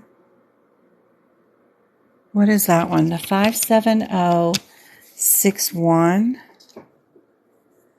A lot of people don't have TikTok, and they don't want to join TikTok just because somebody might be teaching something for medical coding on it. It takes some real persuasion to get somebody to join this little app. 57061 is right down here, and we've got our destruction with a laser, electrotherapy, or cryotherapy, or chemical surgery. They've been unresponsive to topical management, so they are going under general anesthesia, and they're doing incision anterior and posteriorly to remove those. So they're not doing a destruction with laser, electro, chemo, or chemical. I think that they're just doing the incision where we were at before, because that's all they're doing is an incision. I really like that first answer. So even if we went and looked up all of these, the 8740, I bet they're all going to be getting rid of adhesions on the labia in different ways. Chemicals, lasers, excisions. But you see in the question, they didn't actually say they did like an incision. They're trying everything under the world to say.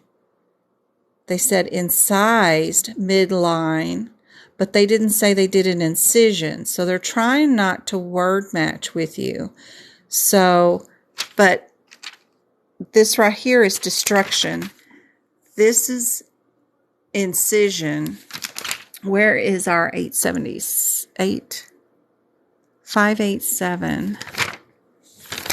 If we go over there, 587.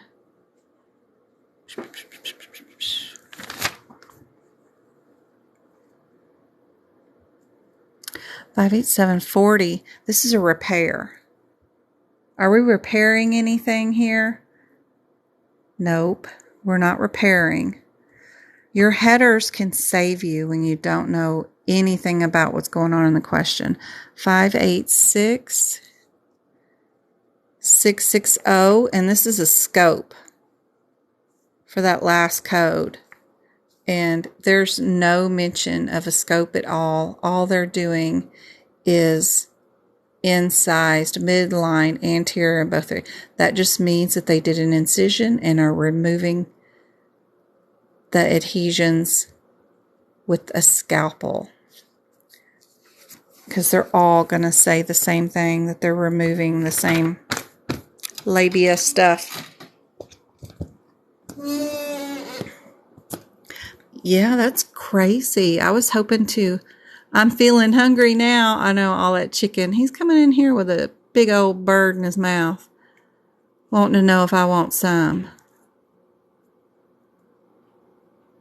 Annie, that's so sweet. People are recommending me. I probably have messages. I feel so bad because I haven't been on for the vacation, and I bet people have messaged me on Facebook, and I haven't even looked. I've been so busy this week. It's been crazy. I've got to get that right. I sat right after my groceries. Kids are so funny. Yep, that was Travis.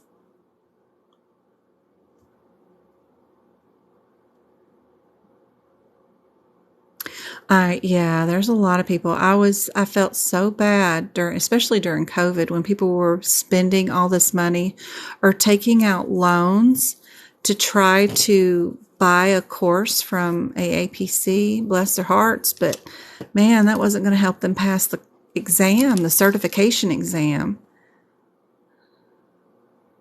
You joined to get me, Annie? Oh, that's sweet. I love watching the cats and the dogs, and every once in a while somebody will do something just hilarious. Just hilarious. It's just so funny sometimes. I like seeing the funny stuff. I like Hedis too. D for 500, Alex. Travis, give me some chicken. Something. You registered for Sunday's workshop? Great. I am really going to make sure I don't chat and talk, and we get through as many examples of cardiology as we can. I'm going to employ that L section, all the cardiology in the medicine section, and even some anesthesia cardiology if we need to, but it's going to be 100% cardiology. And, I got to throw an E&M case in there or two. I won't make it where the E&M case is like 9 questions long, but I'll definitely throw an appropriate E&M case on there so that y'all will get an example of that too during the cardiology one. But it's going to be, 90% all cardiology for sure. Y'all be able to pass that section really well for sure.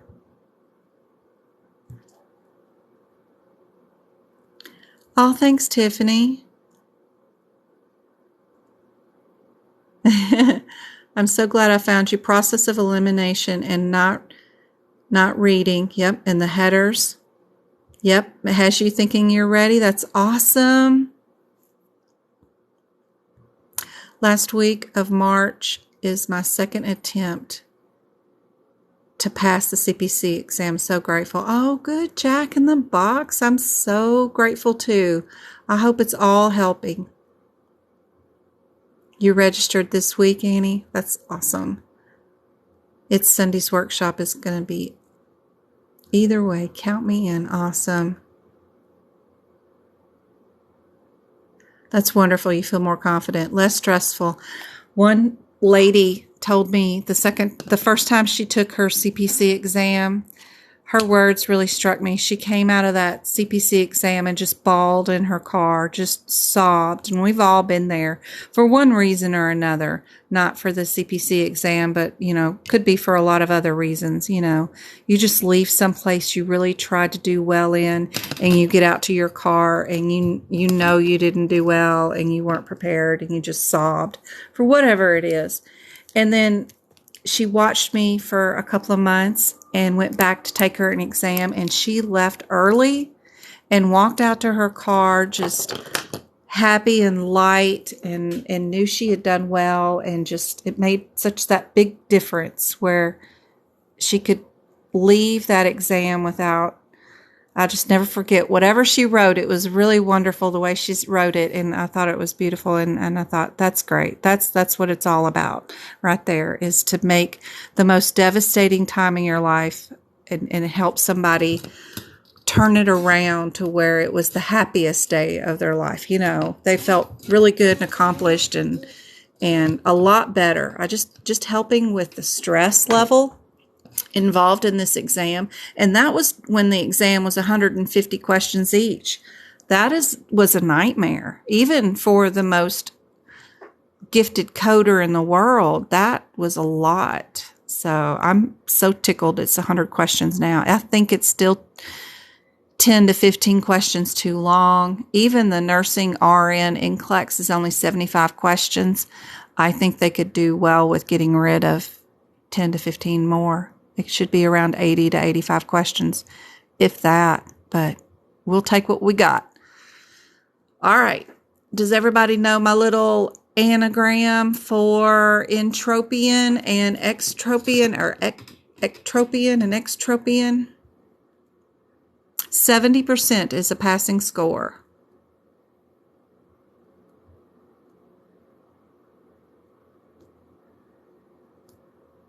Yeah, it is hard, Jack. It's very hard to do self-study and have no guidance. I didn't really want the CPC, but I wanted to pass it. I went on and scheduled, I bought 2 attempts, of course, and I scheduled my first one right away, just to go in and audit the exam. I only wanted to know what was on the exam, what questions they asked, how they asked, and what codes they used from each section to ask their questions. So I highlighted all the codes on the exam in the book to let me know what was on the exam so I could go back home and study for the next attempt. And of course, I looked up and followed every cave and every person that was sharing information, bought all kinds of info just to see if I could gather any tips or tricks from anybody that knew how to pass it, because it looked terrible just highlighting the codes. But my second attempt, I just felt like the information that I got from everybody else on the internet that has taken the exam after that and tried to pass, I felt like they could have shared more information, like the out of sequence codes, that if you just go write the page numbers down, you'll save yourself a lot of headache. And they can't even share that information. That's just like, I felt, I don't know if you call it cheated, but dang, why have you got to be so hand heavy with the help when people are paying you for the help? You can't tell them the simplest little things. Maybe it's something I should have known, but I don't know. That's why I made the TikTok. So my anagram right here, the differences is the C has a kitty cat in it, right? EC has the cat. So what do you do with the cat at night? Not really, but it used to be a thing. Back in the day, you put your cat outside. So I always think about that as the one with the C means out. So I go through these answers and see which one says cat out. This is in is out, so I know that's wrong. In is inward. I don't know.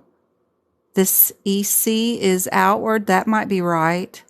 This entropion is a droop. No, that ain't got nothing to do with that. And then this one up here says the cat is out. So it might be that one, right? The in, the other word, I just put an I on top and we've got our word in. So I know in means in, and that could definitely be the answer. My other one that had a cat that was out, this entropion, was inward of the feet. We're not dealing with feet. We're dealing with eyes. So that's funny. So A is my only answer. So that's how I attack that question. There's 10 cases at the end, and it's still all multiple choice, for sure. Only on the Flintstones, right? That's right. That's a good, yep. The first time I told that story, somebody was freaking out that I threw Chloe outside at night or something. So the big baby down here at my feet, but no, she stays in all the time. She's terrified of doors, so she won't go nowhere near the outside door. Nope. She was born to a feral mother who was outside when she had the kittens, and they were all picked up and taken to the shelter, and they all got their ear clipped and all fixed. And then the lady that took them all in to get them all fixed heard about me losing one of my cats and came over and just dropped her off one day in my house while I was gone. Just walked on in like she was living in Memphis, Tennessee, like most neighbors would, but it's kind of unusual for Arizona. Just walked in and left me a cat and a carrier.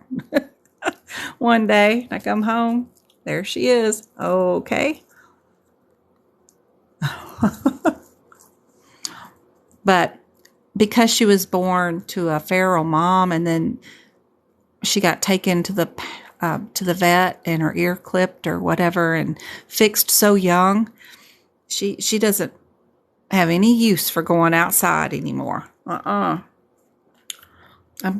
took her out of that carrier and put her in a floof like this, and she always thinks it's her mom, I guess, because her mom probably had white fur like that, and she's been happy to sit right there ever since.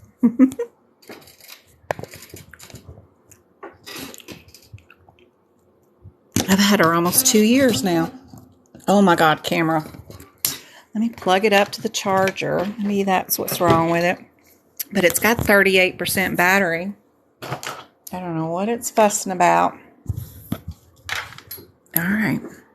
You're on the charger. Oh, that's all you wanted was a charger? Okay. You got. There we go.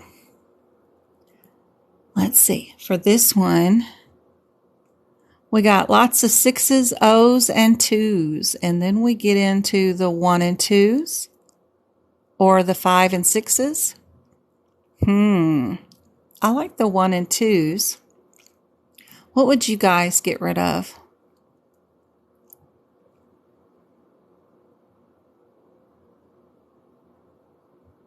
Thank you. Chloe's is a pretty girl.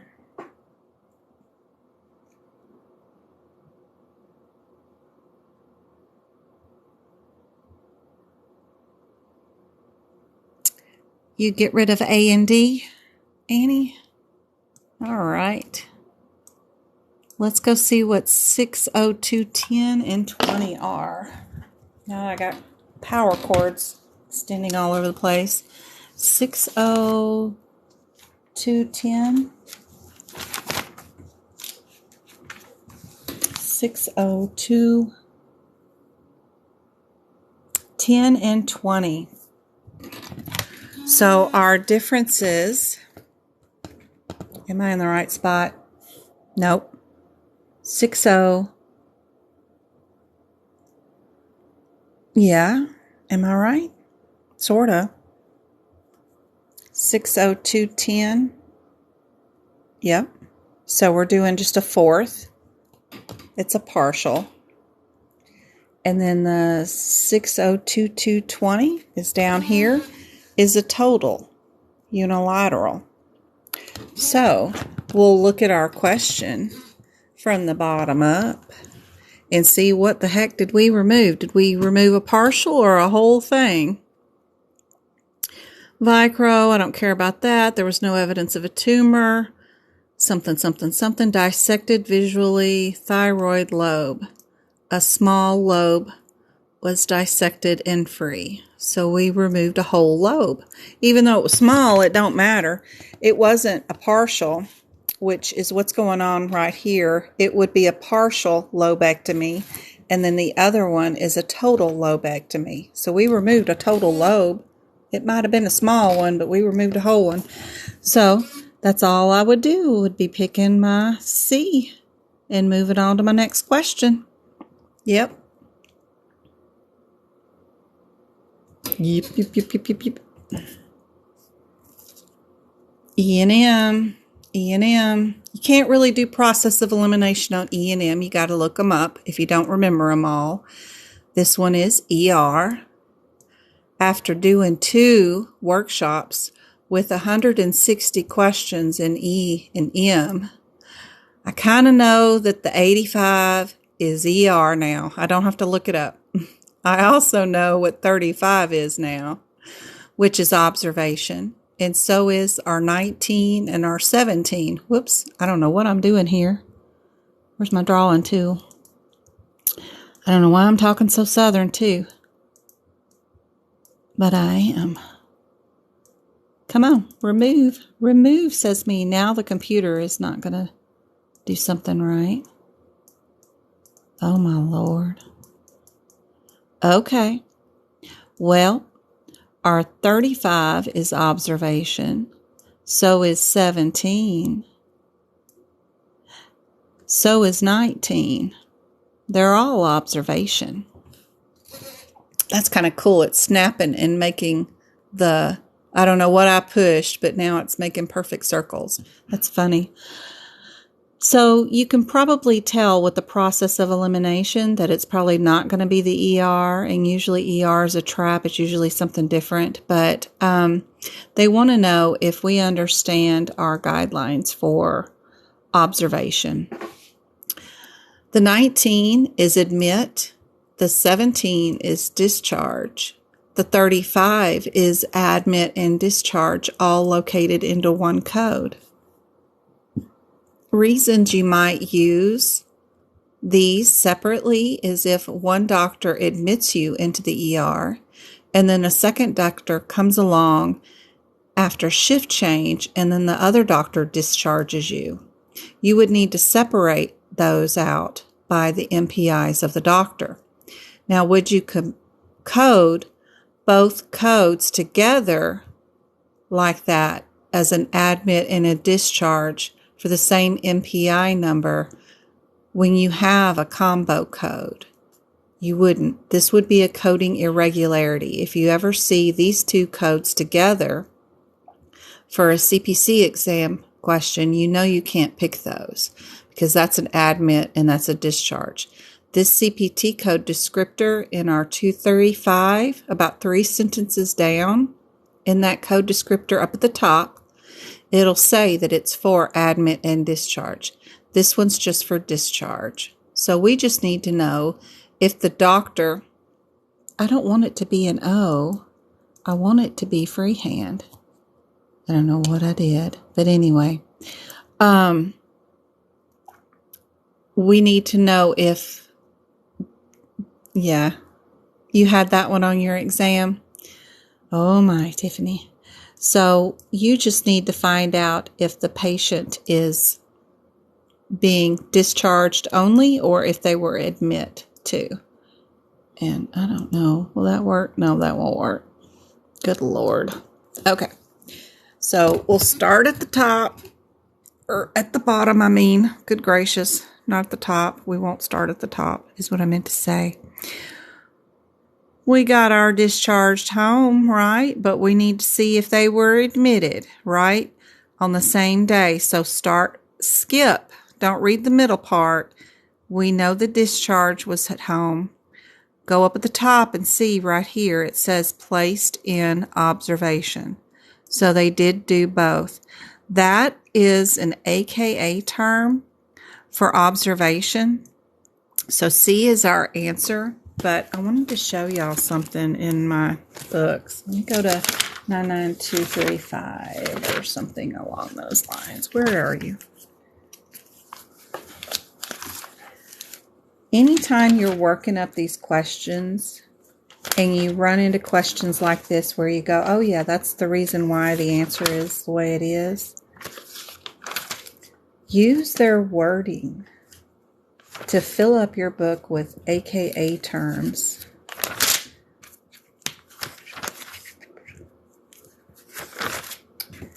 Because that's all I'm doing. So that 235, I put AKA, placed in observation, later discharged. I use their words. Placed in observation means admit. That's your AKA term for admit, right? So anything right here, when this one says it does admit and discharge, it means that. I do that on all of them, like subsequents or anything that's in the subsequents. If their question says the patient was admitted yesterday, the other day, follow-up day, following day, admitted yesterday, those AKA terms, I just write right out of their question so that when we see this question again, we'll know exactly what we got going on. For sure. Thank you for all the likes. How many did I get? I got 5,000 likes. That's the first time, y'all. That's awesome. Did you get it right on the exam, do you think, Tiffany? Do you think you noticed the admit and discharge? And that the CPT code has both of them in it together? Or did you code them separately, thinking it should have been coded separately? Because they have separate codes for it. You just got to know your guideline with it.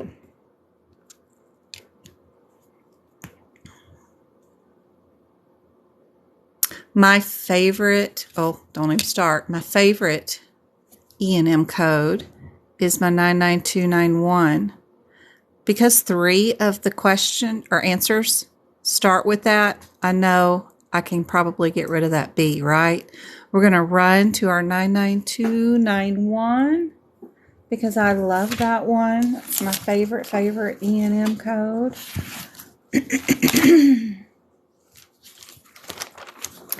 And all I'm going to do is search my question for a time. You got 100% on E&M. Look at you, Tiffany. Look at you. That's awesome. So I'm looking for time, and I've got it right there, 65 minutes right there at the bottom. So I'm going to look at my handy-dandy chart. Look for just 65 minutes because I know better than to look at that E&M descriptor on this particular code because it's wrong. You have to look at only this chart, and that gives me the answer, which is that number right there. That's all I need to do for this question. And I'd pick C and move on to my next question. Yep. Another anatomy. And what if you had no idea?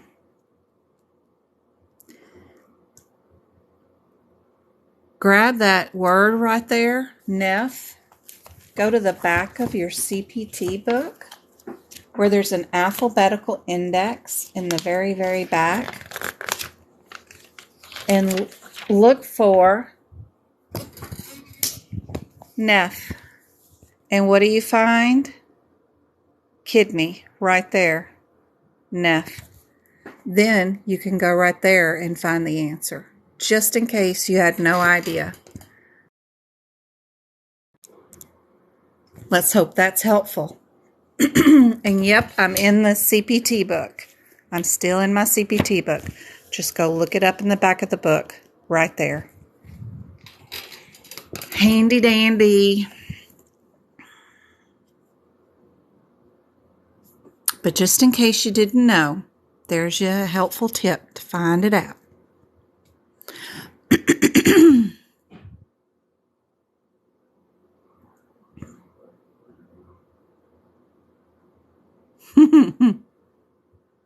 Lord, you should see my books. I've got books for every year from 2018 all the way. And yep, it's a task and a half. Now my notes from 2021 are very different than my notes from 2022 because I learned a lot tutoring you guys and helping y'all with this whole year since April, since I made my first TikTok. So I learned a lot. I did what everybody else did and boxed and did other things and highlighted things that were very different in April of last year for my books than I do for this year. Learning and tutoring people on how to pass this medical exam makes my books look very different this year than they did last year. So no, I don't transfer. But I do have a set pattern of what I do like to do. I'll define words that are in the CPT code descriptor for you guys. I'll put the one word differences underneath the code so you can grab it, because as you can see, you're going from code to code over here from the question to a code in a book, and you only need, what's my difference if I'm dealing with a hematoma or I'm dealing with an aspiration. That's my only difference. I'll take that to the question and do a word search. this year, I didn't define any procedures to tell you what was going on in the procedure last year. It's not technically needed for the CPC exam, but for a lifelong career as a coder, if you want to know what is actually in layman's terms going on in each one of the CPT codes, I did that for you. And even if you just kept it in this one book and you passed this year and you kept this book, it would be good for years and years because you would have a code description for a lot of these sections. Yeah, they're going to add new codes, but you really don't need the book for coding anymore because everything's going to be in the computer system, right? When you get out in the real world and do stuff. But if you want to take over some coding supervisor's job and be head of a coding department, and you had my notes telling you exactly what was going on in each code in layman's terms so that you knew what they were, you could outcode anybody. So that's just the benefit of having the notes updated. I don't like doing the same thing every year because, especially if it doesn't work, is I find out new tips, new tricks, new things that work better than other outcomes, then I go through the book and do it different the next year. I tried to type it this year, and that just is not going to happen and got me slow to start. I did type the E&M section, and I did type the ICD-10 guidelines out 100% and anesthesia, but the rest of the sections I'm having to draw out.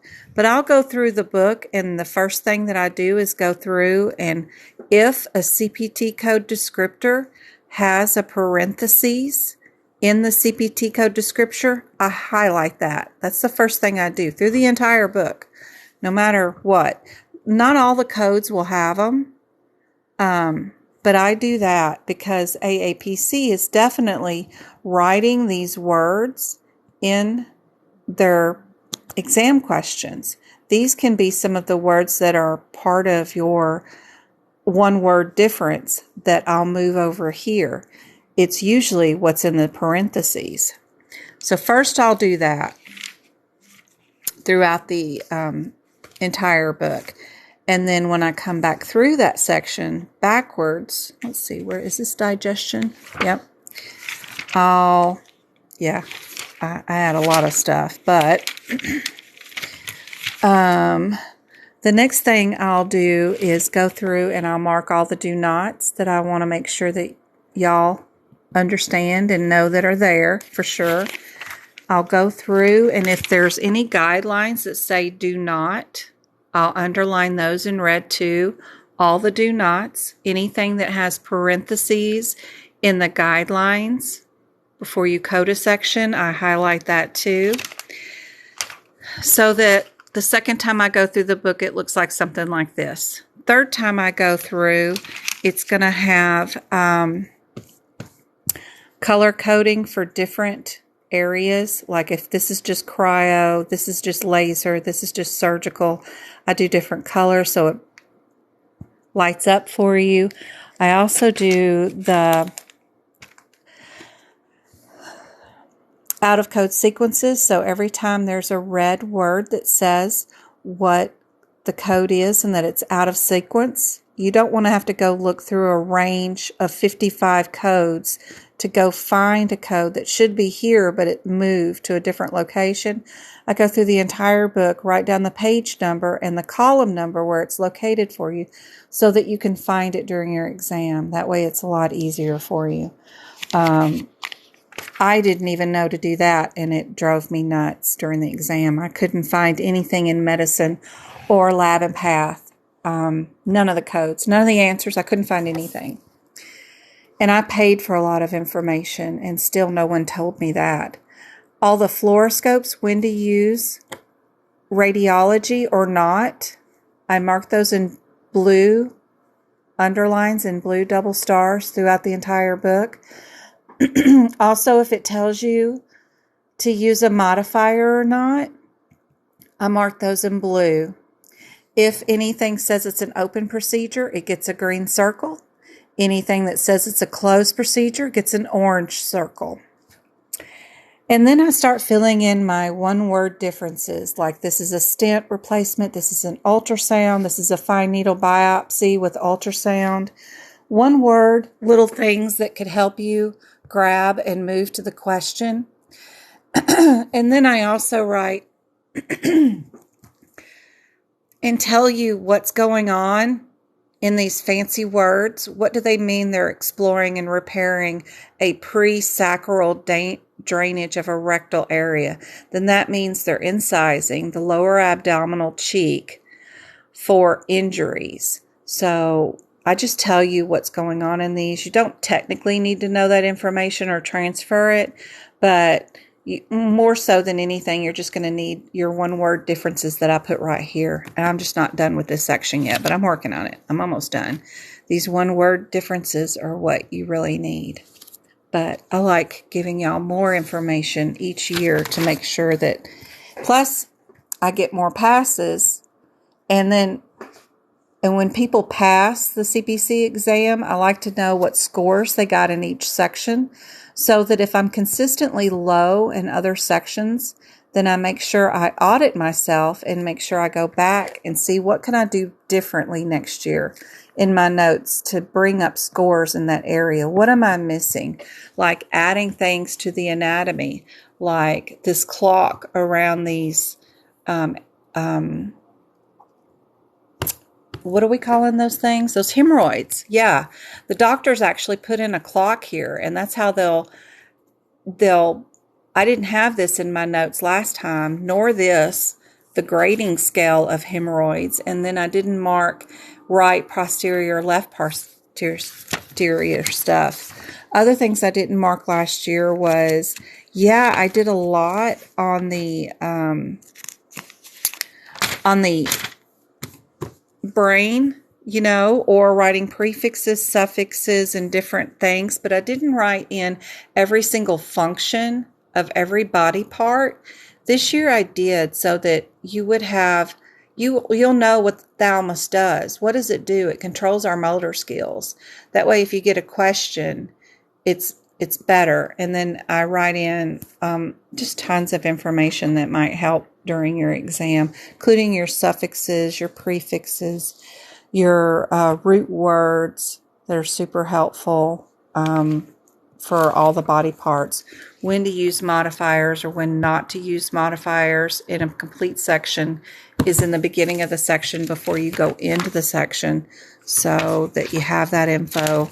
Super cool. But I go through this book and really write in a lot of different information, including examples of how you would code certain codes, including with the diagnosis codes, so that it helps. Yep. So, yes, you can, Kimberly. Absolutely. You can buy them, but I'm showing you how you can do it. You can absolutely do it your own way. You can come up with your own way of doing it, or you can just follow my instructions. Go through the entire book. I even have it on my website, medicalcodingbyjen.com. I got pictures of my book. Why am I underlining the blue stuff? Why am I doing the red stuff? It'll show you what I'm doing. Why do I fix the out of code sequences and those kind of things? You can go through and do it yourself without having to buy anything. I show you what my suggestions are and what I've done in my book, and with screenshots, and then you can go do the same things. You can even just get like one section. I think right now my favorite section I have up is the nervous system. I really like that section. I did a really good job on that one. I'm pretty happy with it. I keep fixing anesthesia and adding things to E&M, but I really like nervous system. So if you got that section, then you could copy it, but then you could figure out, okay, this is what she did in nervous. I can do this in all the other sections all by yourself, but you can do it yourself, I promise. I take what is in some of these guidelines in the front of your section before you start coding and move things to the actual codes that will help out during your exam, there are certain areas that when they're doing the guidelines, they'll tell you like when certain codes include anesthesia or not, or fluoroscope or radiology and not, and they'll tell you a whole range of codes, and they'll tell you in the guidelines, but I'll go to each individual code and write in there that this includes radiology, so that it's not stuck in the front of the book in the guidelines, but it's actually at the codes. But it does take a while to write it all and move it, but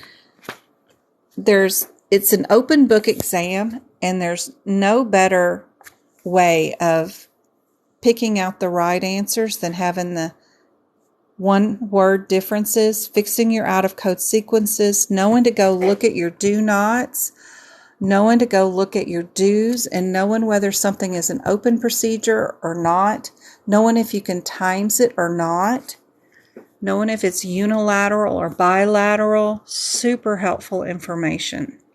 Can't get any better than having it spelled out in front of you during the middle of your exam to help you with anxiety, stress. You've got some notes there that you know that are pointing you in the right direction. Super handy dandy, but you can do it yourself. I promise you can, without having to spend another dime. I know y'all are dollared to death, and I'm more interested in making sure you guys pass your exam than selling anything. I am promised on my website, it's got all the instructions on how to do it. Let me pull that up real quick while I'm thinking about it. I haven't even looked at it this week. I know it keeps going off where people are visiting, so that's nice. Used to not have anybody visit. So this is it. I don't track you or email you a bunch of times. I've sent out, 4 emails since I started the site, like in September last year. But I've got all the links there for the Discord and all that stuff. So if you want to join the Discord, it's right there. Just be sure and download the app, and that's where I'm at right now, helping you guys out. But the Discord by far is super helpful. Tons of free information there. If you go to the members only, which is just free, it's nothing particular, go to the CPT book prep room right there. Go there and you click on each picture. There's the one with the out of sequences. Once you click on it, it gives you the instructions right there. And then you can go to the next picture, and there's where I do the open and closed through the entire book. And then I tell you to do your withs and withouts, highlight those. Unilateral or bilateral, love it when they tell us, so I just make it big and bold. All that kind of stuff. Yeah, it goes crazy. You ain't got to do all that. I go insane, but yeah. It's handy dandy. So that's all there. And then I show you how I do the anatomy to do all the functions too. And then I give you tips on how to fix your ICD-10 book also. And then I have some one-sheeter coding tippy stuff. The most important one right here is the sepsis. That one's super cool. Go to your A41.9 diagnosis code in that diagnosis code book and write all 4 of those examples down next to that code, and you'll have, for your CPC exam, all the ways that you can be tricked about sepsis and how to code it. It'll all be there for you, and you don't have to go anywhere else. But yeah, it's all free on my website. Happy to show you for free how to fix your book like mine. I also have some book prep videos. So some of the digestion system, when I was working on it, I did videos of, and people were watching me code by code, fix each code. And those videos are right here. I got some more I got to post, but those codes are right there. Y'all know on my link page, if you want to watch any of these TikTok replays, they're all on YouTube. Is that one for YouTube? Yep, go there and watch as much as you want. The only things I have in the shop right now, which I need to post some more stuff, I guess, but If you wanted to re-watch or watch the first workshop, it's there. It's 3.5 hours of all E&M questions. I have the first and the second workshop, but they're both like 70 questions each, all E&M. You can buy the option to watch the replays on those if you wanted to. But the other interesting thing was the book online. That area right here is for the one-on-one tutoring that I do. But this is the cool thing. This is coming up for this Sunday, the 20th. So it's not tomorrow, but on the 20th, if you go there, I'm doing the all cardiology. We'll do about 80 questions of cardiology back to back. I don't do any talking, and I make sure the kids are quiet, and I don't tell any stories. I try my very best. And we just go from question to question, and I show you exactly how I would attack it for the CPC exam. But that's the 20th. You just click on the 20th, and then you click on the time, and then you can purchase that. You'll get a Zoom link so that you can participate in the Zoom. If you can't stay the whole 3 hours, it's okay. You buy the right to see the video, which I put in for you. And on my YouTube, and I know some people can't see the videos, but I'll show you the process real quick of what I do, just in case. I think I got a couple I got to fix when I went on vacation. Let's see, go to manage videos. And so what I do is those workshops I make private so that nobody can see them except for you guys, if it would focus. What I do is right here under private, I go into edit. I know y'all can't see nothing, but I got everybody's emails listed here. And if I put your email right here, your address, then that means you can view the video when you come in. But I need it to be the same email that you view videos with on YouTube so that it links the two so that you can see the video. Because it's only going to go and only let people that are logged on with whatever email address this is listed. So that's where I put everything. And then I notify you by email, and that's when YouTube will send you the email that says you can view the YouTube. And I don't know. Yeah, I did do it right here. So let me go to YouTube. TUB. I think I emailed myself a copy at some point, but I don't know if I can find it in the middle of all my nightmare emails. But what it would look like, it will come from YouTube and it'll say no reply. But hopefully nobody's having any troubles still lingering. But I got the workshop 2 there and the workshop 1, but those are the only 2 that are private. Everything else is public. I'm just moving the book one-on-one where I do code to code, individual coding, book prep. I'm moving that just to the website. That way it's not on YouTube, just in case somebody gets mad at me for working up the book too much on YouTube. But all the practice questions and the 6 hours of YouTube or TikTok videos that I do with practice questions, those all go on YouTube. And I do have finally enough hours watched where I can stream content on YouTube. I just don't know how to do it yet. I'll figure it out. We had a thing going where people were trying to help me get there to the amount of hours watched, and I'm there. I got my email, so I just had to click an agreement, and I did that. So now I got to figure out how do I do it. And apparently, it's just that. I'm not sure, but I'll figure it out. Anyway, what else can I show y'all? We got the website. We got the cardiology going. I know people want my notes instead of individual by section, like by the whole thing or something, but I have problems with file sizes being too large, even on Etsy or here on my own website. I can only do maybe 3 sections at a time in a bundle, but I'm working on moving some of those over here too, so that it can be cheaper. The blog, I do have a blog, but, not a lot of info there. The new COVID vaccine or the diagnosis codes are right there too. And there's some PCS info there on that one for people. But our main place where things are happening is our Discord.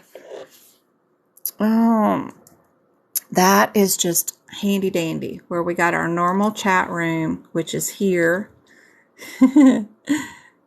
Aw, thanks, Betty. She's always sharing where I'm live at and stuff. She's so handy dandy. But we have those practice rooms with the practice questions, so you can work on your CPC exams questions even when I'm not doing a live. Exam day prep room is handy because you'll find out what books to buy, what you can bring, all that info here. It's on the AAPC website, but we do move it here for you guys too. So super handy dandy, all kinds of rooms here.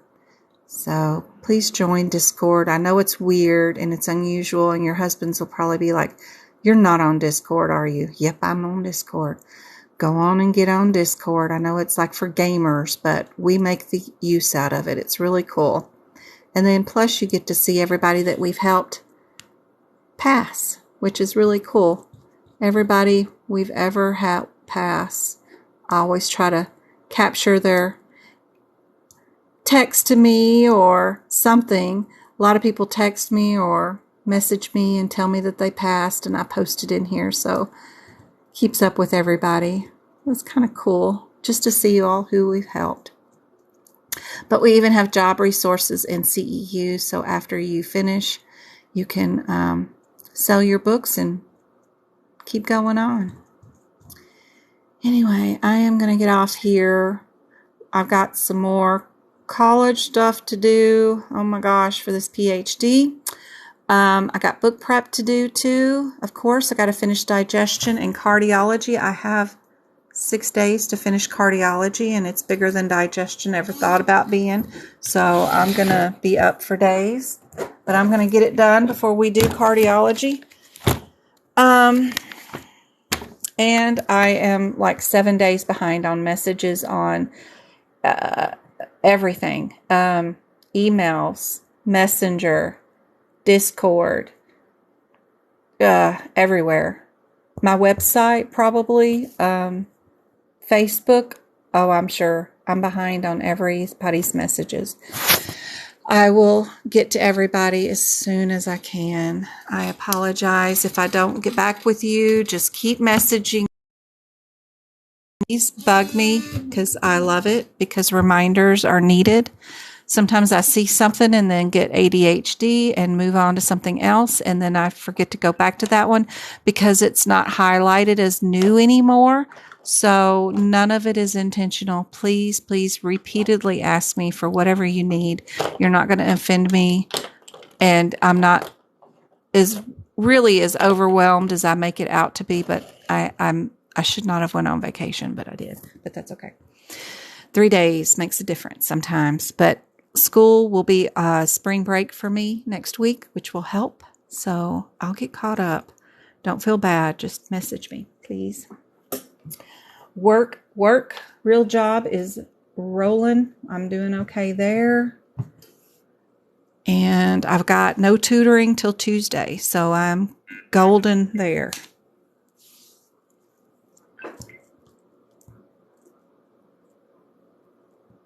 Yeah, me too. I don't like it when there's too many code options in the answer, but I try my best.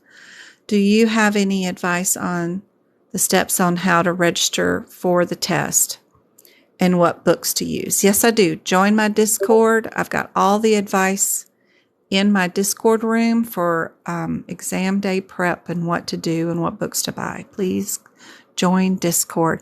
I have a link tree here in TikTok too that will take you to all the links, all of them. Nervous has too many terminologies. Yep, it does. And a lot of times you need those AKAs in nervous because the CPT code says it's axillary, but if you don't know that means armpit, the CPC exam question will say armpit. So it's crazy. You need those AKA terms in nervous system more than any of the other sections. It's definitely a personal preference. Online is nice because you can break it up. Yep. I loved it. And I thought the questions for the online exam were less wordy than the one in person. But I wasn't trying to read the questions either time I took it. So, but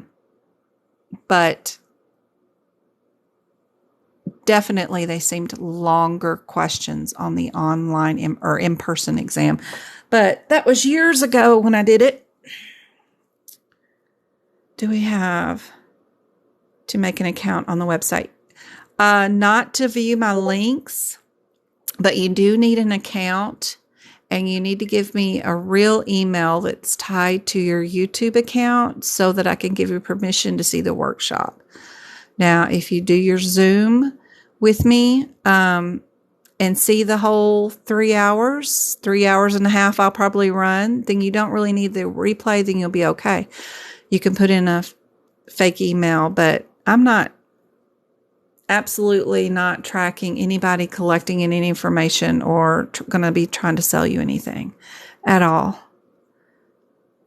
And it's my own website. It's just me.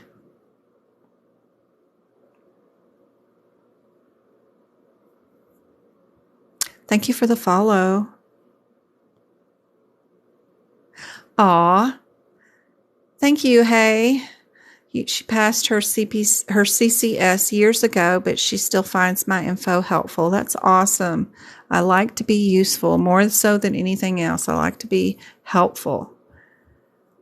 If I can troubleshoot something and help somebody out, that's just helpful. That really is. That's just makes my day.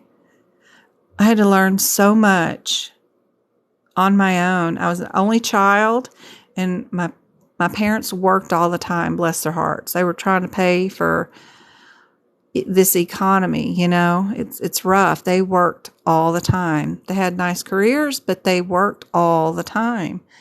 And it was just me. I just had to figure out ways of doing things. Troubleshooting. I didn't have a brother or sister to make them go do it first. And then once they failed, I'll figure out how to do it later myself. 3 hour mark. I gotta go. Gotta get off here. Do we have to play your YouTube or just the workshop? Do we have to pay? No, the YouTube's all free.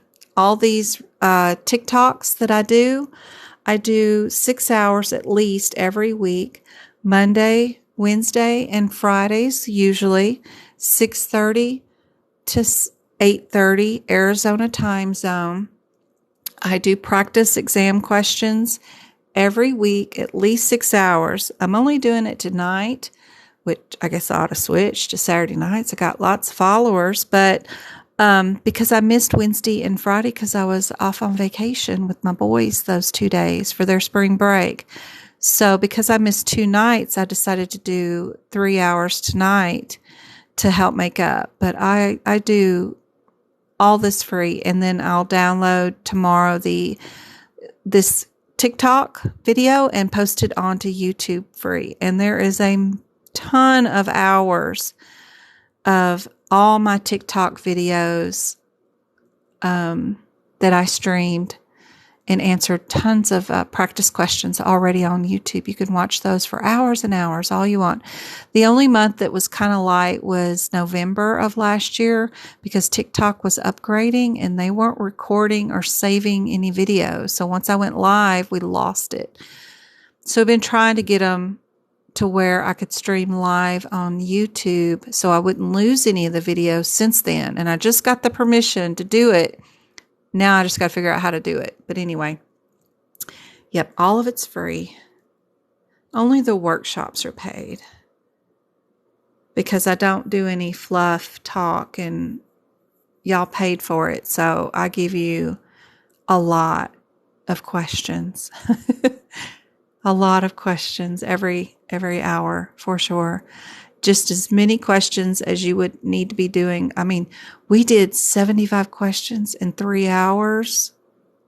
So pretty close to exam quality. If you were going to do a whole 100 questions in 4 hours, I'm right there with you. I try to do those workshops in 3 hours.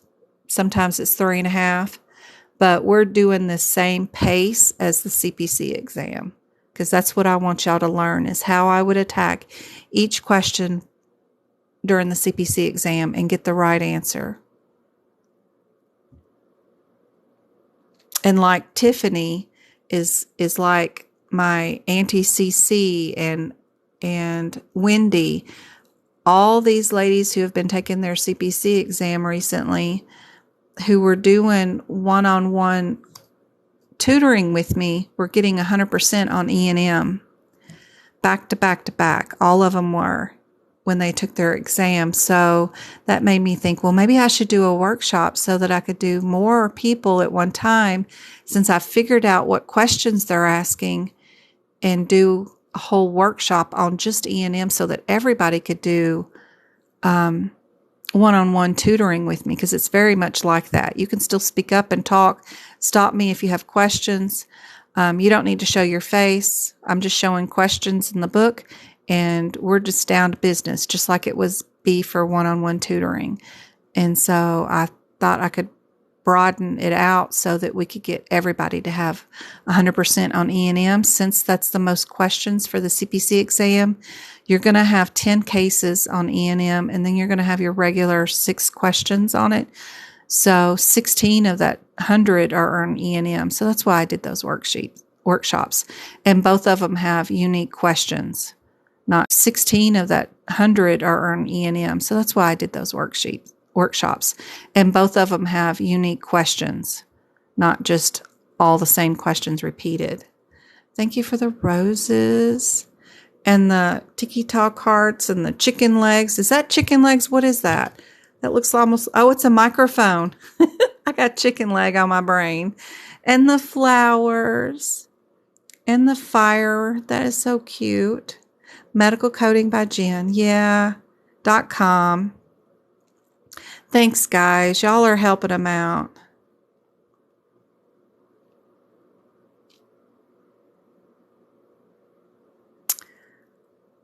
Miss Sanchez, she said, good luck, Jen, and thank you. I wonder what I needed luck on. Maybe my classes. You're very welcome. You just joined Discord. Yay. Oh, you did. You wrote it in your book. Good job. Good job. Good job. No worries. AM Rig 70. My next E&M workshop? Good question. I don't know. Well, I'm doing one on Sunday, the 20th, and I am going to throw in some E&M cases with all that cardiology. We're going to do medicine section that's related to cardiology and Appendix L that's related to cardiology, but I can't do a workshop without doing some E&M. So there will be some new updated questions during that workshop for sure. See you at the workshop. Yes, yes, yes. I will be doing another live on TikTok Monday night, 6:30 Arizona time zone. We have a change in time for you guys coming up this Sunday, right? Tomorrow. I don't change. Arizona doesn't recognize anything like that. We don't fall forward or go backwards or do anything. We just stay the same time. So y'all's time for my time is going to all change. We'll adjust if we need to, but hopefully it won't be too late for you guys. We'll see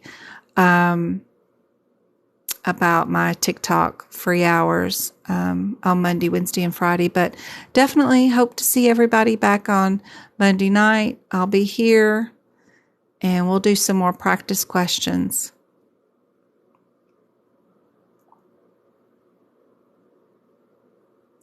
Nice, Sky. Good luck. Let me know if you have any questions. The main thing you should take away from your medical coding and billing class is any practice questions. Yeah, you're going to have chapter reading, and you're going to have a lot of busy work coding this and coding that. Your time is better spent on your practice questions. Most definitely. All the external reading and trying to remember everything your teacher says, let it go. Don't worry too much about it. Just keep with the questions. Any kind of quizzes, review exams, that's where your bread and butter is, and that's going to be more helpful for anything during your CPC exam or any kind of coding and billing exam you're going to take of any sort. So stay with your reviews, your chapter review questions. That's what you really want to focus your time on.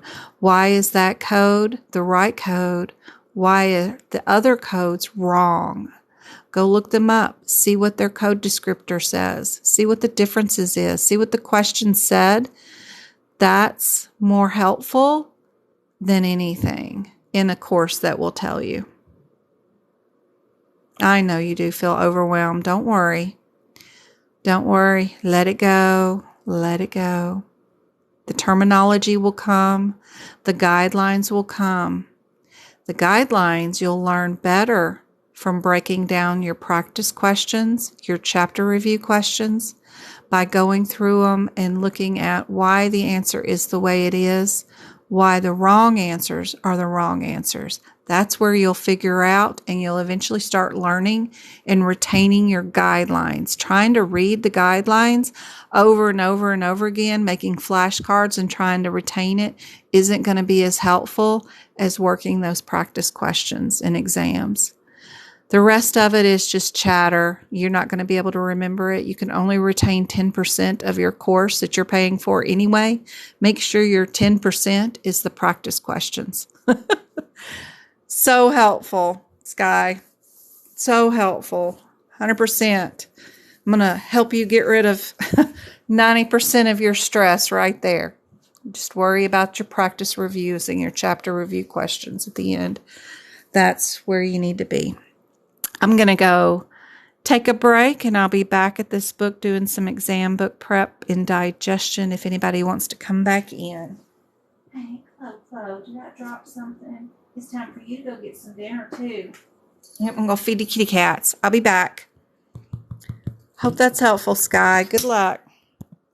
See everybody later.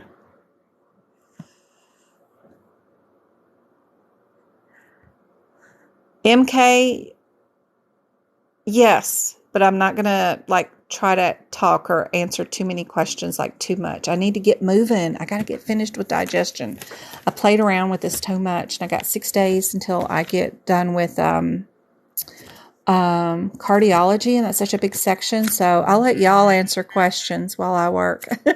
I won't be able to keep my mouth shut, but yes, I'll come and record if that's helpful for you guys. I know. Where's Twinkle? I know. Maybe her kids are on vacation this week. It's spring break and stuff. So, yeah. And I went 3.5 hours. Who knows how long I went. So, yeah, I need her yelling at me. And I know you were doing your best, Betty. Yep.